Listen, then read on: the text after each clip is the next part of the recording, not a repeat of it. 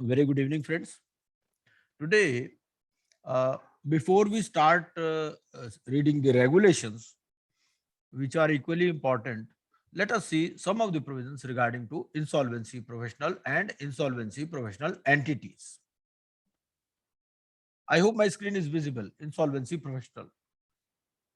Yes, sir. So, Visible. what it says, insolvency professional, it says that no individual shall be eligible to be registered as IP. So first thing is individual. If you want to register yourself as an insolvency professional, then you should be an individual. So no individual shall be eligible to be registered as IP if he is a minor. So if you are a minor, then you are not eligible. Is not a person resident in India. If you are not a person resident in India, then you are not eligible. That means if you are a person resident outside India, then also you cannot register yourself as an IP. Does not have qualification and experience as per regulations 5 and 9, or if you are convicted for offense with imprisonment exceeding 6 months. Sir ये book में कौन से page पे होगा sir लगभग? ये ये actually मैं वहां से पढ़ रहा हूँ, ये अपना पार्ट 4 पढ़ रहा हूँ. ओके सर, ओके, हाँ, पार्ट 4 है. तो ऐसा ना, ये समरी टाइप में है. इसके ठीक है बाद सर. में रेगुलेशन हम डिटेल में पढ़ेंगे. ठीक है. हाँ जी, पार्ट 4 में आप देख लीजिए, इंसॉल्वेंसी प्रोफेशनल आपको मिल जाएगा. ये पार्ट 4 में भी started with board, then we started with the insolvency professional agencies, then information utilities, and now insolvency professionals. So convicted for offense with imprisonment exceeding 6 months or involving moral turpitude and a period of 5 years has not expired, provided that if you are convicted for a period of 7 years or more, you shall not be eligible to be registered. फिर कभी भी register आप नहीं हो सकते अगर आपको 7 साल से ज्यादा की सजा हो चुकी है. ठीक है. अगर आपको 6 महीने की सजा हुई है या कोई ऑफेंस इन्वॉल्विंग मॉरल टर्पिट्यूड है और 5 साल आपको बीत गए हैं उस सजा को काटे हुए, तो भी आप रजिस्टर हो सकते हो. और if you are an undischarged insolvent, तो ये कुछ डिस्क्वालिफिकेशंस हैं कि अगर ये आप अट्रैक्ट करते हो तो आप इंसॉल्वेंसी प्रोफेशनल नहीं हो सकते. ठीक है. Unsound mind, not a fit and proper person, मतलब इंटेग्रिटी चाहिए, एब्सेंस ऑफ कन्विक्शन चाहिए और फाइनेंशियल सॉल्वेंसी चाहिए बेसिकली. ठीक है. then you should be eligible for registration. इसमें रजिस्ट्रेशन 2 स्टेजेस पर होता है. You have to enrol yourself with an insolvency professional agency. ठीक है. 3 इंसॉल्वेंसी प्रोफेशनल एजेंसीज हैं हमारी. एक आईसीआई ने बना रखी है, एक आईसीएसआई ने बना रखी है और एक आईसीएमएआई ने बना रखी है. ठीक है. And then you have to register yourself with IBBI. Registration with IBBI, they ensure that you are a fit and proper person. ठीक है. इंटेग्रिटी होनी चाहिए, एब्सेंस ऑफ कन्विक्शन होनी चाहिए और फाइनेंशियल आपकी, you should be A financially solvent person. 2 तरह के एग्जाम है. एक नेशनल इंसॉल्वेंसी एग्जाम है, अभी ये तो कभी शुरू ही नहीं हुआ, और दूसरा है limited insolvency examination. Plus 15 years experience चाहिए आपको in management after receiving bachelor's degree from a recognised university. इस पर भी काफी कंफ्यूजन रहता है, क्योंकि बहुत सारे लोग हैं, जैसे मान लो उन्होंने बीए ग्रेजुएशन की हुई है, तो ग्रेजुएशन के बाद भी आप एलिजिबल हैं अगर आपका 15 इयर्स एक्सपीरियंस है. बहुत सारे लोगों का 15 इयर्स एक्सपीरियंस रहता है लेकिन कंटिन्यूएशन में नहीं रहता. मान लीजिए 12 साल किया, उसके बाद में कहीं छूट गया, तो वो इसमें इशू रहता है. और बहुत सारे लोग हैं जिनके पास पुराने पुराने एक्सपीरियंस सर्टिफिकेट नहीं होते, क्योंकि बहुत सारे लोग हमारे से ऐसे भी टच में हैं जिन्होंने एग्जाम पास कर लिया, अब वो रजिस्ट्रेशन के लिए जाते हैं वहां पर इंसॉल्वेंसी प्रोफेशनल एजेंसीज के पास, तो वहां ये प्रॉब्लम आती है. तो हम कहते हैं भैया पहले से ही अपना रिकॉर्ड पूरा कर लो. बहुत सारे बैंकर्स हैं. अब बैंकर क्या होता है, बैंकर वो कहते हैं कि जी जब जब आपकी प्रमोशन हुई वो रिकॉर्ड भी लाओ. तो there are lot of problems वहां पर भी इंसॉल्वेंसी प्रोफेशनल एजेंसीज के पास भी. जो अगर आप चार्टर्ड अकाउंटेंट हैं, कंपनी सेक्रेटरी या अपने कॉस्ट अकाउंटेंट है, तो इतनी प्रॉब्लम नहीं आती. उसमें सिर्फ यही है कि आपका वहां जो डेटा रिफ्लेक्ट हो रहा है, जो पेरेंट इंस्टीट्यूट में, जैसे आप चार्टर्ड अकाउंटेंट हो तो आपका सेल्फ सर्विस पोर्टल पे जो डेटा रिफ्लेक्ट हो रहा है वही आपका यहाँ होना चाहिए जब आप ये वाला फॉर्म भरो इंसॉल्वेंसी प्रोफेशनल एजेंसी का. ठीक है. तो दोनों से वो मैच कराते हैं, अदरवाइज प्रॉब्लम आती है. या फिर आपने लिमिटेड इंसॉल्वेंसी एग्जामिनेशन पास किया और 10 इयर्स का आपको मेंबरशिप है. This is not experience, actually it is membership. तो मेंबरशिप में क्या होता है, चाहे आप जॉब में हैं, चाहे आप प्रैक्टिस में हैं, या आप कुछ भी नहीं कर रहे, तो भी आपको यू आर एलिजिबल। लेकिन और 10 इयर्स की मेंबरशिप में भी कभी-कभी क्वेश्चन आ रहा है बहुत लोगों का। 1 मिनट रजत जी, तो उनका क्वेश्चन क्या आता है? उनका क्वेश्चन ये आता है कि भई हमारी कंटीन्यूअस नहीं है मेंबरशिप, बीच में गैप आ गया। तो जैसे अभी-अभी 1-2 केस और भी आए थे, उसमें भी ये इश्यू था। तो वो कहते हैं कि भई ठीक है, अगर कइयों का ना गैप हो जाता है मेंबरशिप में। मान लो 1 साल की मेंबरशिप नहीं दी, मेंबरशिप कैंसल हो गई उस साल में। तो वो ये देखते हैं कि 10 इयर्स की अगर है कंटिन्यूअसली तो ठीक है। रजत जी कुछ पूछना चाह रहे थे? पूछिए, क्या कह रहे थे?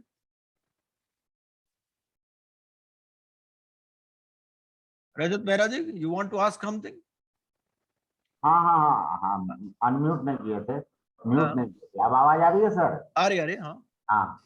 जो अगर मान लिया उन्होंने नहीं ग्रांट किया तो रिजेक्शन देते हैं कि रिजेक्शन भी नहीं देते हैं? नहीं, आपको पहले मेल आती है, ये सब मेल पे ही आप अपलोड करते हो। आप इंसॉल्वेंसी अच्छा अच्छा, प्रोविजनल मेल एजेंसी का आती जैसे फॉर्म है, तो फॉर्म में क्या होता है कि वो फॉर्म आप अपलोड करोगे, वो आपको ईमेल पे जवाब देंगे कि भाई तो ये अगर आप नहीं पे देते हैं कमियां सर, हैं। हाँ, तो इसमें हम एनसीएलटी में जा सकते हैं फिर कि भाई ये डिसीजन है इनका, या हमको हाई कोर्ट ही जाना होगा? अगर वो नहीं डिसीजन देते हैं, हमको मेरा एक्सपीरियंस नहीं मानते हैं जबकि है, तो अच्छा। हमारे पास क्या रेस्क्यू है सर? भाई देखो, हाई कोर्ट क्या, वो तो सुप्रीम कोर्ट में भी आप जा सकते हो, बट मेरे हिसाब से एक बार जस्ट मुझे भी चेक करना पड़ेगा कि कहाँ आप जा सकते हो इसके हाँ, डिसीजन के एनसीएलटी अगेंस्ट। में जाना पड़ेगा या सुप्रीम है। कोर्ट जाना पड़ेगा? एनसीएलटी और सुप्रीम कोर्ट में कहीं होगा। हाँ हाँ हाँ हाँ, ये चेक करके बता दूंगा मैं आपको कहाँ होगा। वैसे तो पता क्या है, इसकी एपीलेट अथॉरिटी भी बना रखी है। ये जो एजेंसीज है ना, इनकी भी एपीलेट अथॉरिटी है। वो जो आप रेगुलेशंस अभी पढ़ेंगे ना, उसमें आएगा। हाँ, मेंबरशिप कमेटी या ऐसा कुछ है? हाँ, नहीं, ये तो है ही। ये तो आपको आईपीए वाले तो रिजेक्ट कर देंगे ना, तो इनकी भी एक एपीलेट अथॉरिटी है। हाँ, वो उनका उसका नाम गवर्निंग बोर्ड में नहीं हुआ, मेंबरशिप कमेटी होगी, वहां पे भी कुछ ऐसा होगा। हाँ, नहीं, अभी जैसे हमने पढ़ा था, जैसे जो इंसॉल्वेंसी प्रोविजनल एजेंसीज होती है ना, इंसॉल्वेंस जैसे हमारा इंस्टीट्यूट है, तो इंस्टीट्यूट में क्या है, एक अपीलेट अथॉरिटी भी है। तो अपीलेट अथॉरिटी के बाद फिर हाई कोर्ट की जुरिस्डिक्शन आती है। तो यहाँ पर भी सिमिलर प्रोविजन है, यहाँ पर भी अपीलेट अथॉरिटी भी है, आईपीए के ऊपर एक अपीलेट अथॉरिटी भी है। सर, हाँ जी। ये इधर कहाँ continuously they should have 10 years experience, ऐसा किधर है? मतलब even if they have intermittently, तो हाँ हाँ दे आर हाँ। नॉट क्वालिफाइड, से कंटिन्यूअसली। नहीं, कंटिन्यूअसली वर्ड तो नहीं है, बट नॉर्मली क्या होता है कि उसमें फिर यू हैव टू जस्टिफाई कि what was the reason. Justify करेंगे, लेकिन ऐसा तो नहीं है कि अगर मेरा ब्रेक हो गया बीच में। हाँ हाँ, वैसे ऐसा कुछ लिखा तो नहीं है, Eligible. कहीं पर भी नहीं लिखा, ये भी नहीं लिखा कंटिन्यूअस है, ये भी नहीं लिखा कि टोटल है। ऐसा लिखा तो नहीं है, बल्कि एक्सपीरियंस भी नहीं लिखा, वहां तो लिखा मेंबरशिप, 10 इयर्स मेंबरशिप लिखा है। सर मेंबरशिप का मतलब क्या, प्रैक्टिसिंग मेंबर और नहीं नहीं नहीं एम्प्लॉयड? नहीं, practising employ anything, okay okay combination of two also, कुछ ओके भी, या आप खाली बैठे थे तो भी चल जाएगा, सब चीजें। ओके। मेंबरशिप होनी चाहिए बस। नहीं, इसमें प्रॉब्लम कहाँ आती है, कई बार आती है ना, मेंबरशिप भी मान लो बीच में आपकी डिसकंटिन्यू हो गई, तब उनके इश्यूज आते हैं। भाई किसी एक पर्टिकुलर ईयर में आपने मेंबरशिप नहीं दी, उन्होंने कैंसिल कर दी, रिस्टोर बाद में हुई, फिर बीच में गैप आ गया, वो इश्यूज आते हैं। अच्छा, तो a person who has pass the exam, तो सबसे पहले आपको क्या करना है, एग्जाम पास करना है, उसके बाद आपको एनरोल करना है विद आईपीए, ठीक है, और उसके बाद में आपको बोर्ड को अप्लाई करना है फॉर्म ए में, ठीक है। तो 3 स्टेजेस हैं, pass the exam, enrolment with IPA, and then registration with board. मतलब बोर्ड मतलब आईबीबीआई। अब बोर्ड क्या करेगा, बोर्ड 7 दिन के अंदर अगर सेटिस्फाइड है, तो बोर्ड एक्ट करेगा on application with in 7 days of receipt, and if it is satisfied 60 दिन के अंदर आपको सर्टिफिकेट इशू कर देगा फॉर्म बी में। फॉर्म ए में आपको अप्लाई करना है, फॉर्म बी में आपको सर्टिफिकेट मिल जाएगा। और अगर रिजेक्ट करता है, तो आपसे कहेगा भाई 45 डेज में मुझे फर्दर कम्युनिकेशन दो, ठीक है। और 15 दिन उसमें, मतलब 45 दिन के अंदर तो ये जो है बोर्ड रिवर्ट करेगा आपको, और then it will give 15 days for hearing, and it will reject within then next 30 days। ये इसमें प्रोविजन है। कंडीशन क्या है, इसमें भी आपको 10,000 रुपए की फीस देनी है every 5 years after the year in which certificate is granted. ठीक है। अब you cannot render service as an IP unless you become partner or director of IP if you are not a citizen of India. But you are not a citizen of India. Even then, you want to render service as an IP. तो आप partner या director बन सकते हैं किसी insolvency professional entity में। As an individual आप practice नहीं कर सकते if you are a resident outside India. ठीक है, बट इसमें क्या है कि आप पार्टनर बन जाओ या डायरेक्टर बन जाओ इंसॉल्वेंसी प्रोफेशनल एंटिटी में। उसके बारे में डिटेल में हम पढ़ेंगे।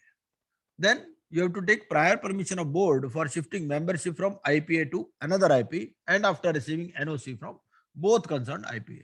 आपने जो ICAI वाली IPA थी उसके साथ रजिस्ट्रेशन ले लिया, बाद में आप शिफ्ट करना चाहते हो, क्योंकि इसमें क्या है, इनकी ना अलग अलग कंडीशंस हैं, किसी की फीस ज्यादा है, किसी की फीस कम है।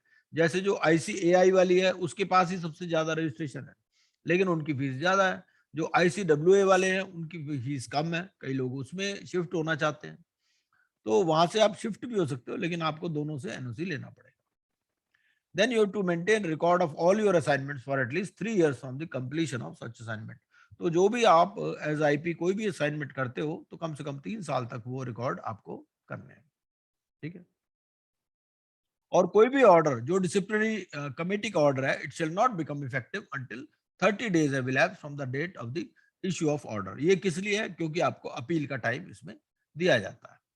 ठीक है, आगे देखते हैं इंसॉल्वेंट, इसके बारे में हम डिटेल में पढ़ेंगे, इसीलिए मैंने रेगुलेशंस वर्ड लिखा है, ये थोड़ा सा देख लेते हैं। इसके बाद में then we will move to regulations of this insolvency professional and insolvency professional entities.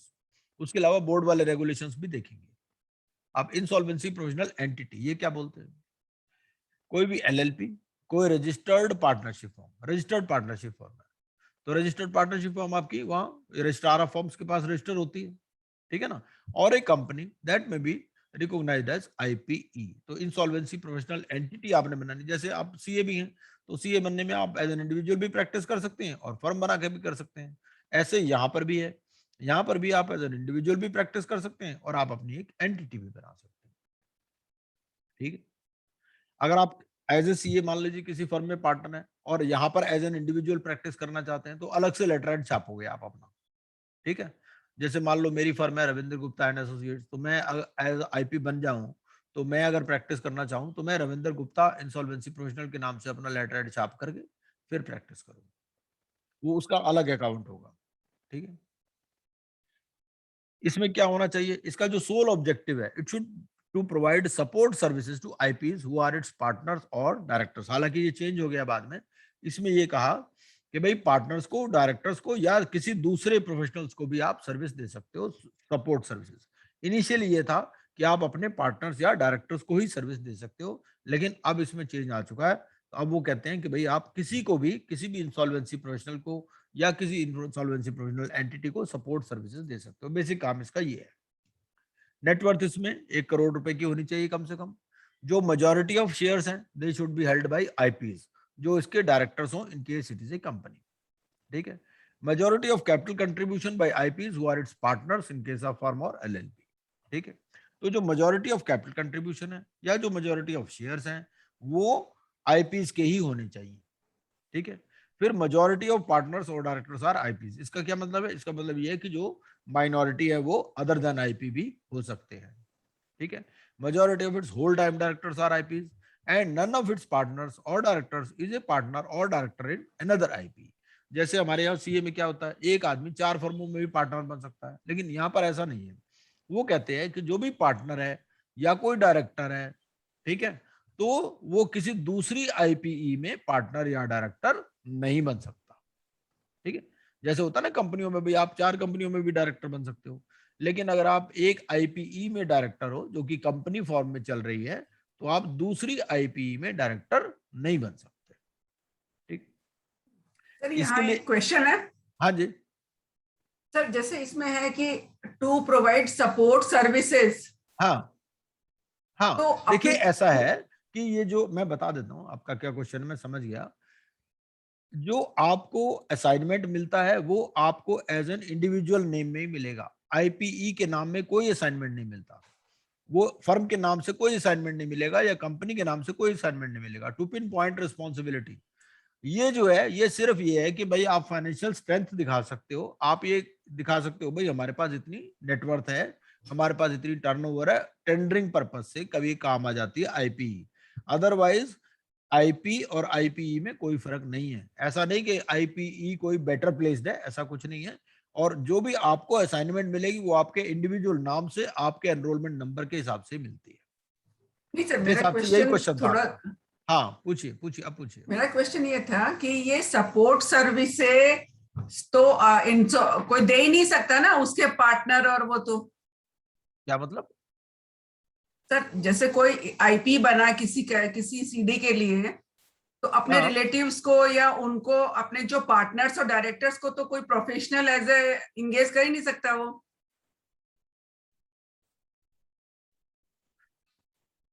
Engage नहीं कर सकता मतलब दूसरे जो पार्टनर्स बनाता है वो, दूसरे जो प्रोफेशनल्स को इंगेज करता है, तो वो अपनी आईपी के प्रोफेशनल्स को तो इंगेज कर ही नहीं सकता ना सीआरपी में और उसमें। नहीं, ऐसा तो कुछ नहीं है। सर ऐसा सब जगह लिखा है ना, who should not be the related party to the. नहीं नहीं नहीं, बात ये सपोर्ट सर्विसेज है। सपोर्ट सर्विसेज क्या है, थोड़ा सा और डिटेल में देखते हैं रेगुलेशंस। ऐसा कुछ नहीं है, देखिए ऐसा है, अच्छा इसका मेन काम क्या है। ये पहले जब आईपीई की कॉन्सेप्ट आई, आईपीई की कॉन्सेप्ट में ये था कि पहले सिर्फ अपने पार्टनर्स या डायरेक्टर्स को ही सपोर्ट सर्विसेज देंगे आईपीई जो बनेगी, ठीक है। अब ऐसा हो गया कि अपने पार्टनर या डायरेक्टर के अलावा किसी दूसरे इंसॉल्वेंसी प्रोफेशनल को या दूसरी इंसॉल्वेंसी प्रोफेशनल एंटिटी को भी सपोर्ट सर्विसेज दे सकते हैं। व्हाट आर बेसिकली क्या है, इंक्लूडेड इन हाँ सपोर्ट बेसिकली क्या सर्विसेज? है, what is included in support services से इंफ्रास्ट्रक्चर सपोर्ट, ठीक है। अच्छा भाई अच्छा। आप एक आईपी हो, ठीक है। अब आपने, आपके पास बहुत सारे काम है, सारे काम आप खुद तो करोगे नहीं, ठीक है। मान लो क्लेम प्रोसेसिंग का काम है, आप क्लेम प्रोसेसिंग करा सकते हो। बहुत सारी चीजें इस टाइप की है जो आपको किसी ना किसी की मदद तो लेनी पड़ेगी ना, किसी दूसरे इंसॉल्वेंसी जो इसको जिसको नॉलेज हो, इंसॉल्वेंसी प्रोफेशनल को या इंसॉल्वेंसी प्रोफेशनल एंटिटी को। तो सपोर्ट सर्विसेज में मतलब इससे रिलेटेड बहुत सारी सर्विसेज ऐसी हैं। मान लो जैसे आपको पोलिंग करानी है, इलेक्ट्रॉनिक वोटिंग करानी है, उसके लिए भी तो अच्छा। आपको किसी ना किसी चीज की जरूरत पड़ेगी ना, किसी एजेंसी की। तो you can hire an insolvency professional entity which is into this. और ऐसे बहुत सारे लोग हैं जो यही काम कर रहे हैं, दूसरों को इलेक्ट्रॉनिक पोलिंग वाला सर्विस प्रोवाइड कराते हैं। मतलब बट सर जिस जिस जिस सर CD के लिए- जिस आईपीई में सर हम ये सपोर्ट सर्विसेज लेंगे, तो क्या हम उनको उन एडिशनल सर्विसेज के लिए रेम्यूनरेट कर पाएंगे, या हाँ। वो जो मतलब इट विल बी जनता सेवा, जो आईपीई को पैसे मिल गए उसी में आईपीई को भी काम करना है, या IPE will also get some remuneration for their support services? ऐसा, इसको थोड़ा डिटेल में पढ़ते हैं। अभी इसको क्वेश्चन को यहीं पार्क रखिए, इसको आपको आंसर अपने आप ही मिल जाएगा जैसे जैसे हम श्योर सर, रेगुलेशंस श्योर पढ़ेंगे ना। हाँ श्योर सर। तो इस केस में आपको एप्लीकेशन देनी है, आपको form C of second schedule में, और इसकी फीस है 50,000 रुपए, ठीक है। और आपको सर्टिफिकेट मिलेगा फॉर्म डी में, जैसे वहां ए और बी है इंडिविजुअल के लिए, यहाँ पर फॉर्म सी और डी है। कंडीशन क्या है, अगर जो आईपी अगर कोई नया ज्वाइन करता है किसी भी आईपीई में एज पार्टनर या डायरेक्टर, या he ceases to be a partner or director, तो इसको इन्फॉर्म करना बोर्ड को विद इन 7 डेज। अब 0.25% ऑफ टर्नओवर आपको देनी है on or before 30th April in form G of the second schedule, ठीक है। मतलब जितने भी आपको पैसे मिल गए, जो अर्नड है, एक्चुअली वहां पर वर्ड है अर्नड, रिसीव्ड नहीं है। तो जितने भी आपको, जो भी साल में आपकी जो इतनी भी टर्नओवर हुई है, उसके ऊपर आपको 0.25% टर्नओवर का देना है इन form ji on or before 30th अप्रैल। और अगर आप ये नहीं देते तो आपको इंटरेस्ट भी लगेगा 12% का, सॉरी, ठीक है। फिर उसके बाद ये कुछ शेड्यूल्स हैं। फर्स्ट शेड्यूल में कोड ऑफ कंडक्ट है, फिर किसको सेकंड देना शेड्यूल है, ये किसको देना है पॉइंट? आईबीबीआई को। अच्छा, मतलब इंसॉल्वेंसी प्रोफेशनल बनने के बाद जो आपको उससे जो आमदनी हुई उसका 0.25% हाँ एज ए 0.25, सेस, हाँ बिल्कुल इट्स अ बिल्कुल टाइप बिल्कुल। ऑफ सेस, समझ यस, हाँ लीजिए कि हाँ भाई हाँ उतना आपको हाँ देना ही है। भाई उनको भी तो काम चलेगा ना, उनको भी तो कहाँ से खर्चे पूरे होंगे। हाँ, उनके यहाँ पैसे कहाँ से आएंगे? हाँ ठीक हाँ। बात। अब तो ये कुछ शेड्यूल्स हैं। उसके बाद में फिर इंस्पेक्शन एंड इन्वेस्टिगेशन से रिलेटेड कुछ प्रोविजंस हैं। वो कहते हैं कि भाई कोई भी आदमी जो आईपीए या आईपी या IU इंफॉर्मेशन यूटिलिटी से एग्रीव्ड है with the functioning of IPA, IU या IP, वो बोर्ड को कंप्लेंट कर सकता है। और बोर्ड क्या करेगा, इसमें इंस्पेक्शन या इन्वेस्टिगेशन शुरू करेगा। ठीक है, और अब ये जो इंस्पेक्शन है वो थोड़ा लेसर इवल है, इन्वेस्टिगेशन थोड़ा और ज्यादा स्ट्रिंजेंट मेजर है। और जो इन्वेस्टिगेटिंग अथॉरिटी है वो अपनी रिपोर्ट जो है बोर्ड को देगी, और बोर्ड उस बेसिस पे एक शो कॉज नोटिस इशू करेगा और एक डिसिप्लिनरी कमेटी बना देगा। जो डिसिप्लिनरी कमेटी बनेगी उसमें सिर्फ होल टाइम मेंबर्स होंगे, और अगर वो कमेटी अपनी रिपोर्ट में पाती है कि भाई ठीक है ये गिल्टी है, तो फिर पेनल्टी भी इंपोज हो सकती है, या आपका रजिस्ट्रेशन सस्पेंड या कैंसिल भी हो सकता है। पेनल्टी कितनी हो सकती है, आपने किसी को अगर कोई लॉस कॉज किया तो उसका 3 गुना, या अगर आपने कोई अनलॉफुल गेन किया तो उसका 3 गुना, विच एवर इज हायर। ठीक है, और अगर जो अनलॉफुल गेन है वो क्वांटिफाइबल नहीं है तो अमाउंट ऑफ पेनल्टी आपका 1 करोड़ से ज्यादा नहीं हो सकता। उसके बाद फाइनेंस अकाउंट्स एंड ऑडिट से कुछ रिलेटेड प्रोविजन है कि यहाँ पर एक बोर्ड फंड बनेगा जिसको हम कहेंगे फंड ऑफ IBPI। इसमें क्या क्या होगा, इसमें फीस और ग्रांट्स होंगी, सम्स रिसीव्ड होंगे फ्रॉम सेंट्रल गवर्नमेंट। बोर्ड भी अपने अकाउंट्स और रिकॉर्ड्स मेंटेन करेगा जो CAG ऑडिट करेगा, और इसकी जो ऑडिट रिपोर्ट है it shall be laid in parliament. और कोई भी आदमी जिसने अगर IBPI के फंड में कंट्रीब्यूट किया, अगर उसके अगेंस्ट में मान लो इंसॉल्वेंसी प्रोसीडिंग्स इनिशिएट हो गई, तो अगर उसने वर्कर को पेमेंट करनी है तो उसके लिए वो बोर्ड को एप्लीकेशन दे सकता है कि जी मैंने जितना कंट्रीब्यूशन दिया था मेरे को वो कंट्रीब्यूशन वापस दे दिया जाए। ठीक है, सेंट्रल गवर्नमेंट बोर्ड को भी सस्पेंड कर सकती है अगर central government is of the opinion IBPI जो है board is not able to discharge its duties, तो by notification it can suspend the board for a period of 6 months. और अगर बोर्ड सस्पेंड हो जाएगा तो all members shall vacate office and they can be appointed when new board is formed. ठीक है, अब इसमें इंस्पेक्शन और इन्वेस्टिगेशन से रिलेटेड प्रोविजंस देख लेते हैं। इंस्पेक्शन में क्या कहता है कि बोर्ड में conduct inspection of IPE, IP या IPA। इसके लिए क्या करेंगे, एक इंस्पेक्टिंग अथॉरिटी को अपॉइंट कर देंगे कि भाई आप इनके रिकॉर्ड्स को चेहरा चेक करो। नॉर्मली वो 10 दिन का नोटिस देते हैं आने से पहले कि भाई हम आना चाहते हैं, आपके रिकॉर्ड ये रिकॉर्ड आप तैयार रखो, लेकिन they may reduce the notice period by recording reasons in writing. उनको ऐसा लगता है कि वो ज्यादा ही हैंकी पैंकी हो रहा है तो they can come without notice also. ठीक है, सबमिट इंटरिम आपके पास आएंगे, आपके रिकॉर्ड चेक करेंगे, और इंस्पेक्टिंग अथॉरिटी जो है वो क्या करेगी, अपनी एक इंटरिम इंस्पेक्शन रिपोर्ट देगी बोर्ड को। अगर बोर्ड सेटिस्फाइड है कि भाई ग्रॉस वायलेशन हुआ है प्रोविजंस का या रूल्स का, तो वो मैटर रेफर कर देगा फिर डिसिप्लिनरी कमेटी को। ठीक है, and it may pass an interim order which shall lapse on expiry of 90 days. ठीक है, अब ये जो ड्राफ्ट इंस्पेक्शन रिपोर्ट है ये सर्विस प्रोवाइडर को भेजी जाएगी। मान लो किसी आदमी का किसी IP का इंस्पेक्शन हुआ या किसी IPE का इंस्पेक्शन हुआ, तो उसको रिपोर्ट भेजेंगे और कहेंगे भाई आप अपने कमेंट्स दो इस पे 15 दिन के अंदर। ठीक है, और ये बोर्ड को भी एक कॉपी देंगे, और बोर्ड इस इंस्पेक्शन रिपोर्ट के बेस पे इन्वेस्टिगेशन शुरू कर सकता है। ठीक है, इन्वेस्टिगेशन थोड़ा और स्ट्रिक्ट प्रोसीजर है। तो इन्वेस्टिगेशन में भी क्या है, वो 10 दिन का नोटिस देंगे और नोटिस पीरियड को रिड्यूस या वेव भी किया जा सकता है। और इन्वेस्टिगेशन अथॉरिटी जो है वो 6 दिन के लिए 6 महीने के लिए आपका रिकॉर्ड ले भी जा सकते हैं, जैसे सर्च एंड सीजर में प्रोविजन होता है। ठीक है, and they may apply to court for order for seizure of records. ये जो इन्वेस्टिगेटिंग अथॉरिटी है ये भी अपनी इंटरिम रिपोर्ट बोर्ड को देगी, और बोर्ड अगर सेटिस्फाइड है कि भाई ग्रॉस वायलेशन हुआ प्रोविजन का या रूल्स का, तो ये क्या है ड्राफ्ट एंड इस केस में क्या है कि इंटरिम मतलब जो इन्वेस्टिगेशन रिपोर्ट है ये सर्विस प्रोवाइडर को देना जरूरी नहीं है। जैसे इंटरिम इंस्पेक्शन रिपोर्ट, इंटरिम जो इंस्पेक्शन रिपोर्ट होती है वो तो सर्विस प्रोवाइडर को देते हैं कि भाई आप अपने कमेंट्स दो, लेकिन अगर किसी का इन्वेस्टिगेशन शुरू हो गया तो जो इंटरिम इन्वेस्टिगेशन रिपोर्ट है ये सर्विस प्रोवाइडर को देना जरूरी नहीं है। ठीक है, और बोर्ड क्या करेगा, जो ड्राफ्ट इंस्पेक्शन रिपोर्ट आई या ड्राफ्ट इन्वेस्टिगेशन रिपोर्ट आई उसके बेसिस पर शो कॉज नोटिस इशू करेगा। उसमें 21 दिन का टाइम देगा सर्विस प्रोवाइडर को कि भाई आप अपना रिटर्न सबमिशन दो, या आप इन पर्सन भी अपीयर हो सकते हो बोर्ड के सामने। ठीक है, और बोर्ड जो है ये मैटर को डिसिप्लिनरी कमेटी को रेफर कर देगा जिसमें होल टाइम मेंबर्स होते हैं, और जो इस एप्लीकेशन को डिस्पोज ऑफ करेंगे within 180 days from the date of issue of show cause notice. ठीक है, अगर कोई आदमी ऐसा महसूस करता है कि उसको किसी वजह से लॉस हो गया, ठीक है, तो वो फॉर्म ए में अपना क्लेम फाइल कर सकता है। ठीक है, मान लो भाई किसी आईपी की वजह से कोई आदमी कहता है यार मुझे तो नुकसान हो गया, ठीक है, तो फॉर्म ए में अपना क्लेम फाइल करेगा फॉर सबमिटिंग द क्लेम्स, और वो अमाउंट सर्विस प्रोवाइडर से निकाला जाएगा। ठीक है, बोर्ड क्या करेगा, बोर्ड अपनी पावर्स को किसी मेंबर को भी डेलीगेट कर सकता है, सिर्फ जो पावर टू मेक रेगुलेशंस हैं उनको डेलीगेट नहीं किया जा सकता। ठीक है, जो चेयरमैन है, जो मेंबर्स हैं, जो ऑफिसर्स ऑफ द बोर्ड है, ये पब्लिक सर्वेंट माने जाएंगे with in the meaning of provisions of IPC, Indian penal code.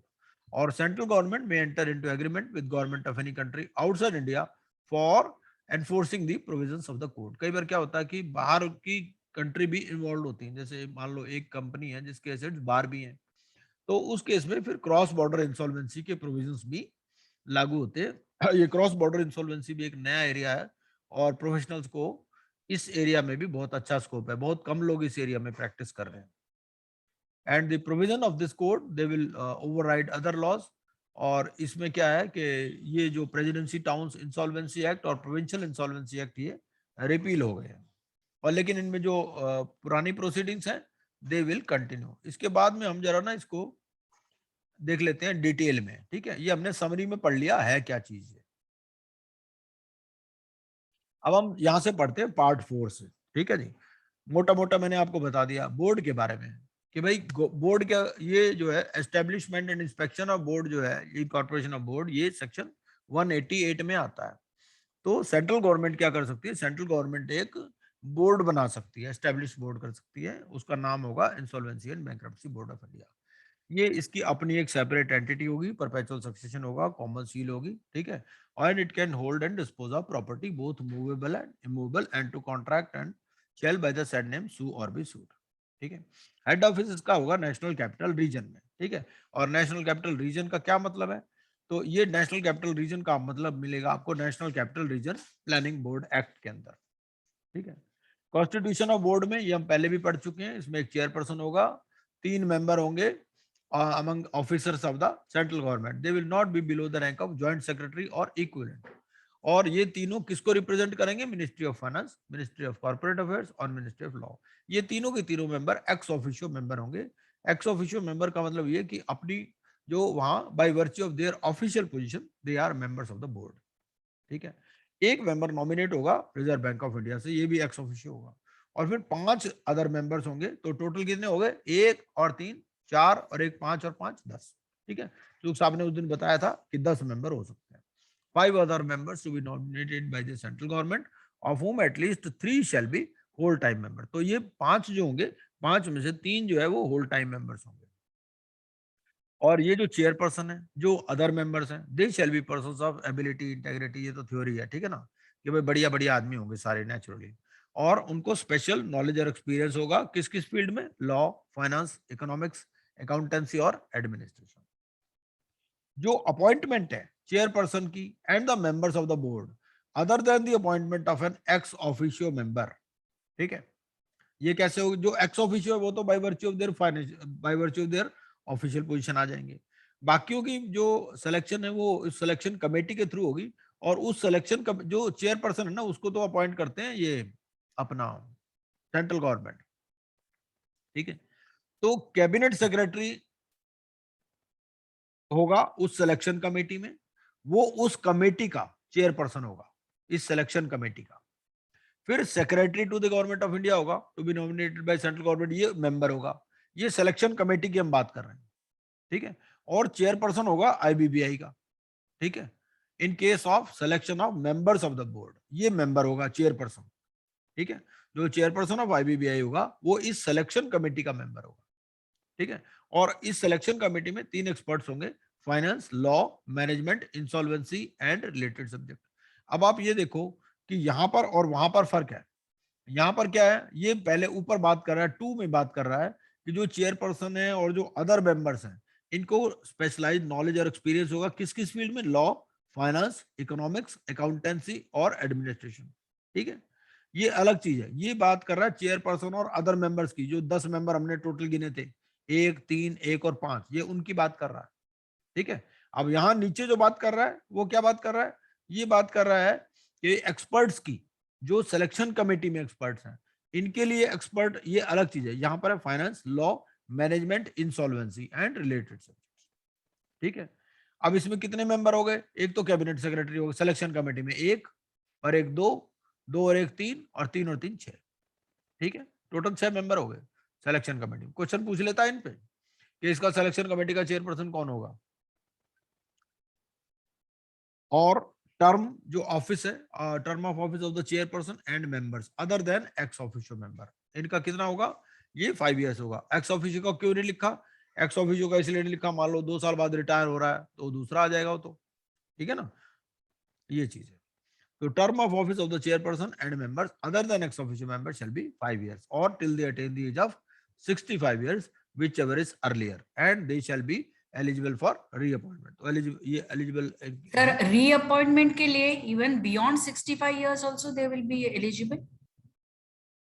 नहीं नहीं नहीं नहीं नहीं नहीं नहीं नहीं अच्छा, नहीं, वो तो है ही, वो तो 65 तक, 65 के बाद नहीं होगा, 65 तक ही। ऐसा है ना, कोई यंग भी तो हो सकता है ना, कोई जरूरी थोड़ी कि वो कोई मान लो 45 years का है, उसको 5 साल का हो गया, 50 का हो गया, वो फिर दोबारा एलिजिबल हो जाएगा। ये चीज है। The Okay. salaries and allowances payable to and other terms and conditions of service of the chairperson and members shall be such as may be prescribed। तो ये जो है ये रूल्स के अंदर है।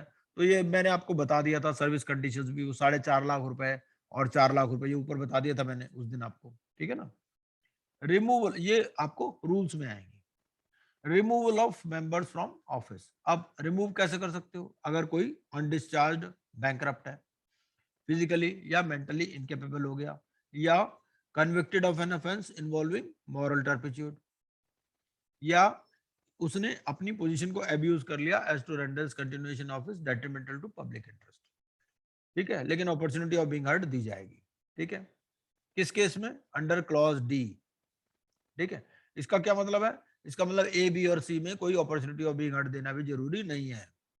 ठीक है, इस तरह से पढ़ना है हमारे को। 191 सवाल भी ऐसे ही पूछता है वो। Powers of chairperson. Save as otherwise detrimental by regulations, the chairperson shall have powers of general। अब ये chairperson किसकी बात कर रहा है, chairperson of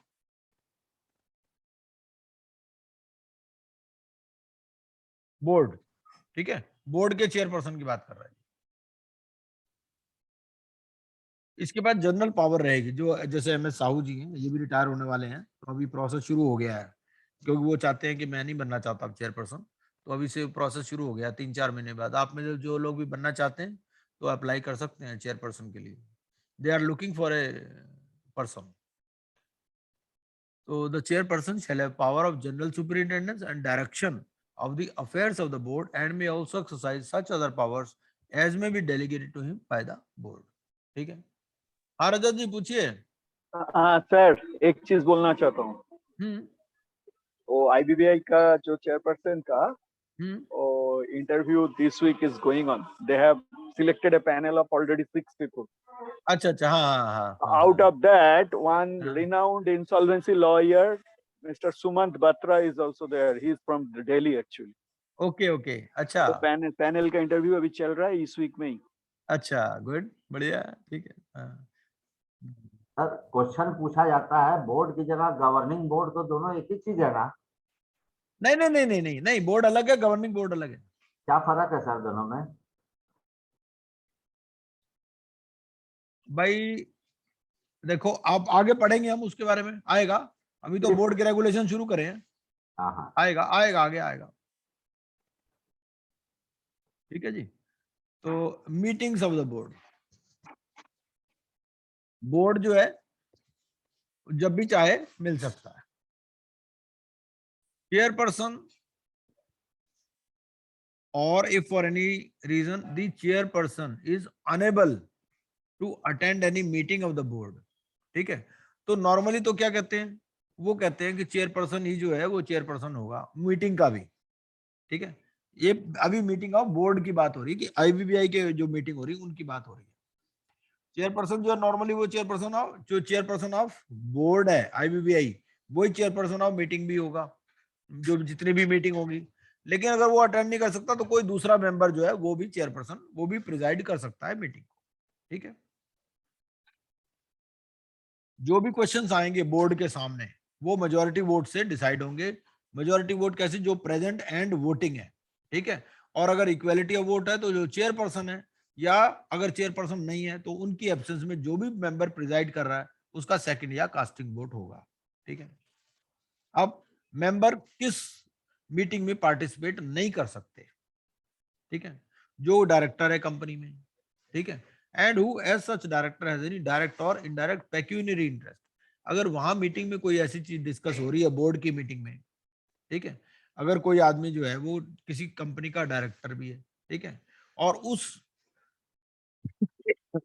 उसका कोई भी डायरेक्ट या इनडायरेक्ट फाइनेंशियल इंटरेस्ट है, पेक्यूनरी इंटरेस्ट है, जो भी मैटर वहां पर आ रहा है, तो उस केस में अगर उसको इसकी नॉलेज में आता है तो वो अपना ये इंटरेस्ट जो है वो डिस्क्लोज कर देगा।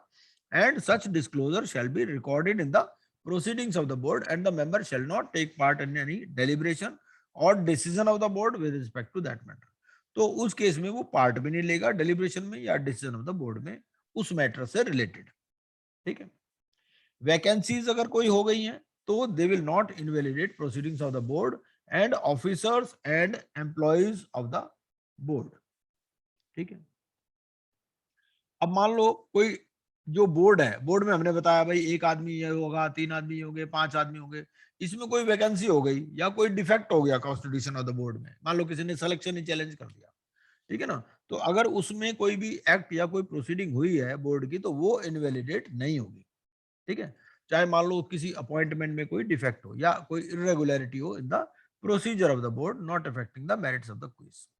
ठीक है, and the board may appoint such other officers and employees. तो बोर्ड ये 10 तो उसके मेंबर ही हो गए, ठीक है ना, उसके अलावा जितने मर्जी ऑफिसर हो या जो एम्प्लॉइज हैं वो अपना अपॉइंट कर सकता है। जो सैलरीज हैं, जो अलाउंसेस हैं या जो सर्विस कंडीशंस हैं, ये रेगुलेशंस में दी जाएंगी, ये अलग से रेगुलेशन है इसका। ठीक है, फिर उसके बाद में आते हैं power to designate financial sector regulator. अब इस केस में क्या है कि until the board is established, the central government may by notification designate any financial sector regulator to exercise the powers and functions of the board under this code। अगर board जब तक establish नहीं होता तो सेंट्रल गवर्नमेंट क्या करेगी, by notification किसी financial sector regulator को डेजिग्नेट कर देगी कि भाई वो बोर्ड के फंक्शंस को परफॉर्म करे। ये पुरानी बातें हैं। ठीक है, अब बोर्ड के क्या क्या पावर्स और फंक्शंस है, क्या करेगा बोर्ड? ये जो बोर्ड है, एक तो जनरल डायरेक्शन तो रहेगी सेंट्रल गवर्नमेंट, क्योंकि सेंट्रल गवर्नमेंट ने ही इसको एस्टेब्लिश किया है बोर्ड को। ठीक है ना, लेकिन board subject to the general direction of the central government perform all or any of the following. पहला, रजिस्टर करेगा इंसॉल्वेंसी प्रोफेशनल एजेंसीज को, इंसॉल्वेंसी प्रोफेशनल्स को, इंफॉर्मेशन यूटिलिटीज को, और रिन्यू, विड्रॉ, सस्पेंड या कैंसिल कर सकता है इस रजिस्ट्रेशन।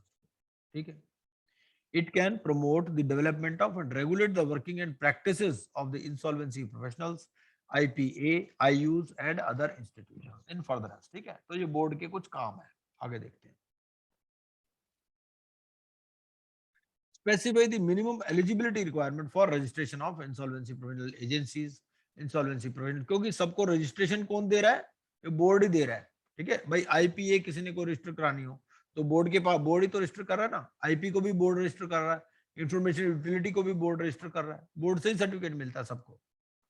कोई भी फीस या कोई चार्जेस लगा सकता है for carrying out the purposes of the code, including fees for registration and renewal of IPA, IP and आईयूएस। ठीक है, कोई भी रेगुलेशंस बना सकता है regarding standards for functioning of the IPA, IP and IU. ठीक है भाई, तीनों को ये कंट्रोल कर रहा है। lay down by regulations minimum curriculum for the examination। curriculum कर सकता है, inspection या investigation कर सकता है, किनका? insolvency professionals का, IPA का, IU का। ठीक है, ये सब चीजें। it can monitor the performance of this। ठीक है, वो तीनों चीजें IPA, IP, IU। उसके बाद कोई भी इंफॉर्मेशन या रिकॉर्ड्स मंगवा सकता है IPA से, IP से या IU से। पब्लिश करेगा information, data, research studies and other information as may be specified by the regulations. manner of collecting and storing data by the information utilities and for providing access to such data. ये सारे board के काम है. Collect and maintain records relating to insolvency and bankruptcy cases and disseminate information relating to such cases. आपने पेपरों में पढ़ा होगा भाई इतने केसेस आ गए, उसमें इतना रिकवरी हो गई, इतना रेजोल्यूशन हो गए, इतने लिक्विडेशन में चली गई. ये सब डेटा कौन मेंटेन कर रहा है? ये आईबीबीआई मेंटेन कर रहा है. ठीक है, और वो फिर पेपरों में छापता भी है चीजों को. Constitute such committees as may be required, including in particular the committees laid down in section 190. तो बहुत सारी कमेटीज होती हैं बोर्ड की, उसके बारे में हम पढ़ेंगे. Transparency and best practices, maintain websites. ठीक है, ये सारे के सारे इनके काम है. MOU एंटर कर सकता है with any other statutory authorities. Issue necessary guidelines to the IPA, IP and IUs. फिर मैकेनिज्म स्पेसिफाई कर सकता है for redressal of grievances against insolvency professionals, insolvency professional agencies and information utilities. And it can pass orders relating to complaints filed against the aforesaid for compliance of the हाँ पूछिए रजत जी. Sir ये central government कहीं defined है? जो direction, general direction of central government है. देखिए ऐसा होता है कि ना भाई इसमें कहीं जैसे MCA है, MCA में क्या होता है, RD के पास पावर होती है. जहां सेंट्रल गवर्नमेंट लिखा है तो RD है. ठीक है ना.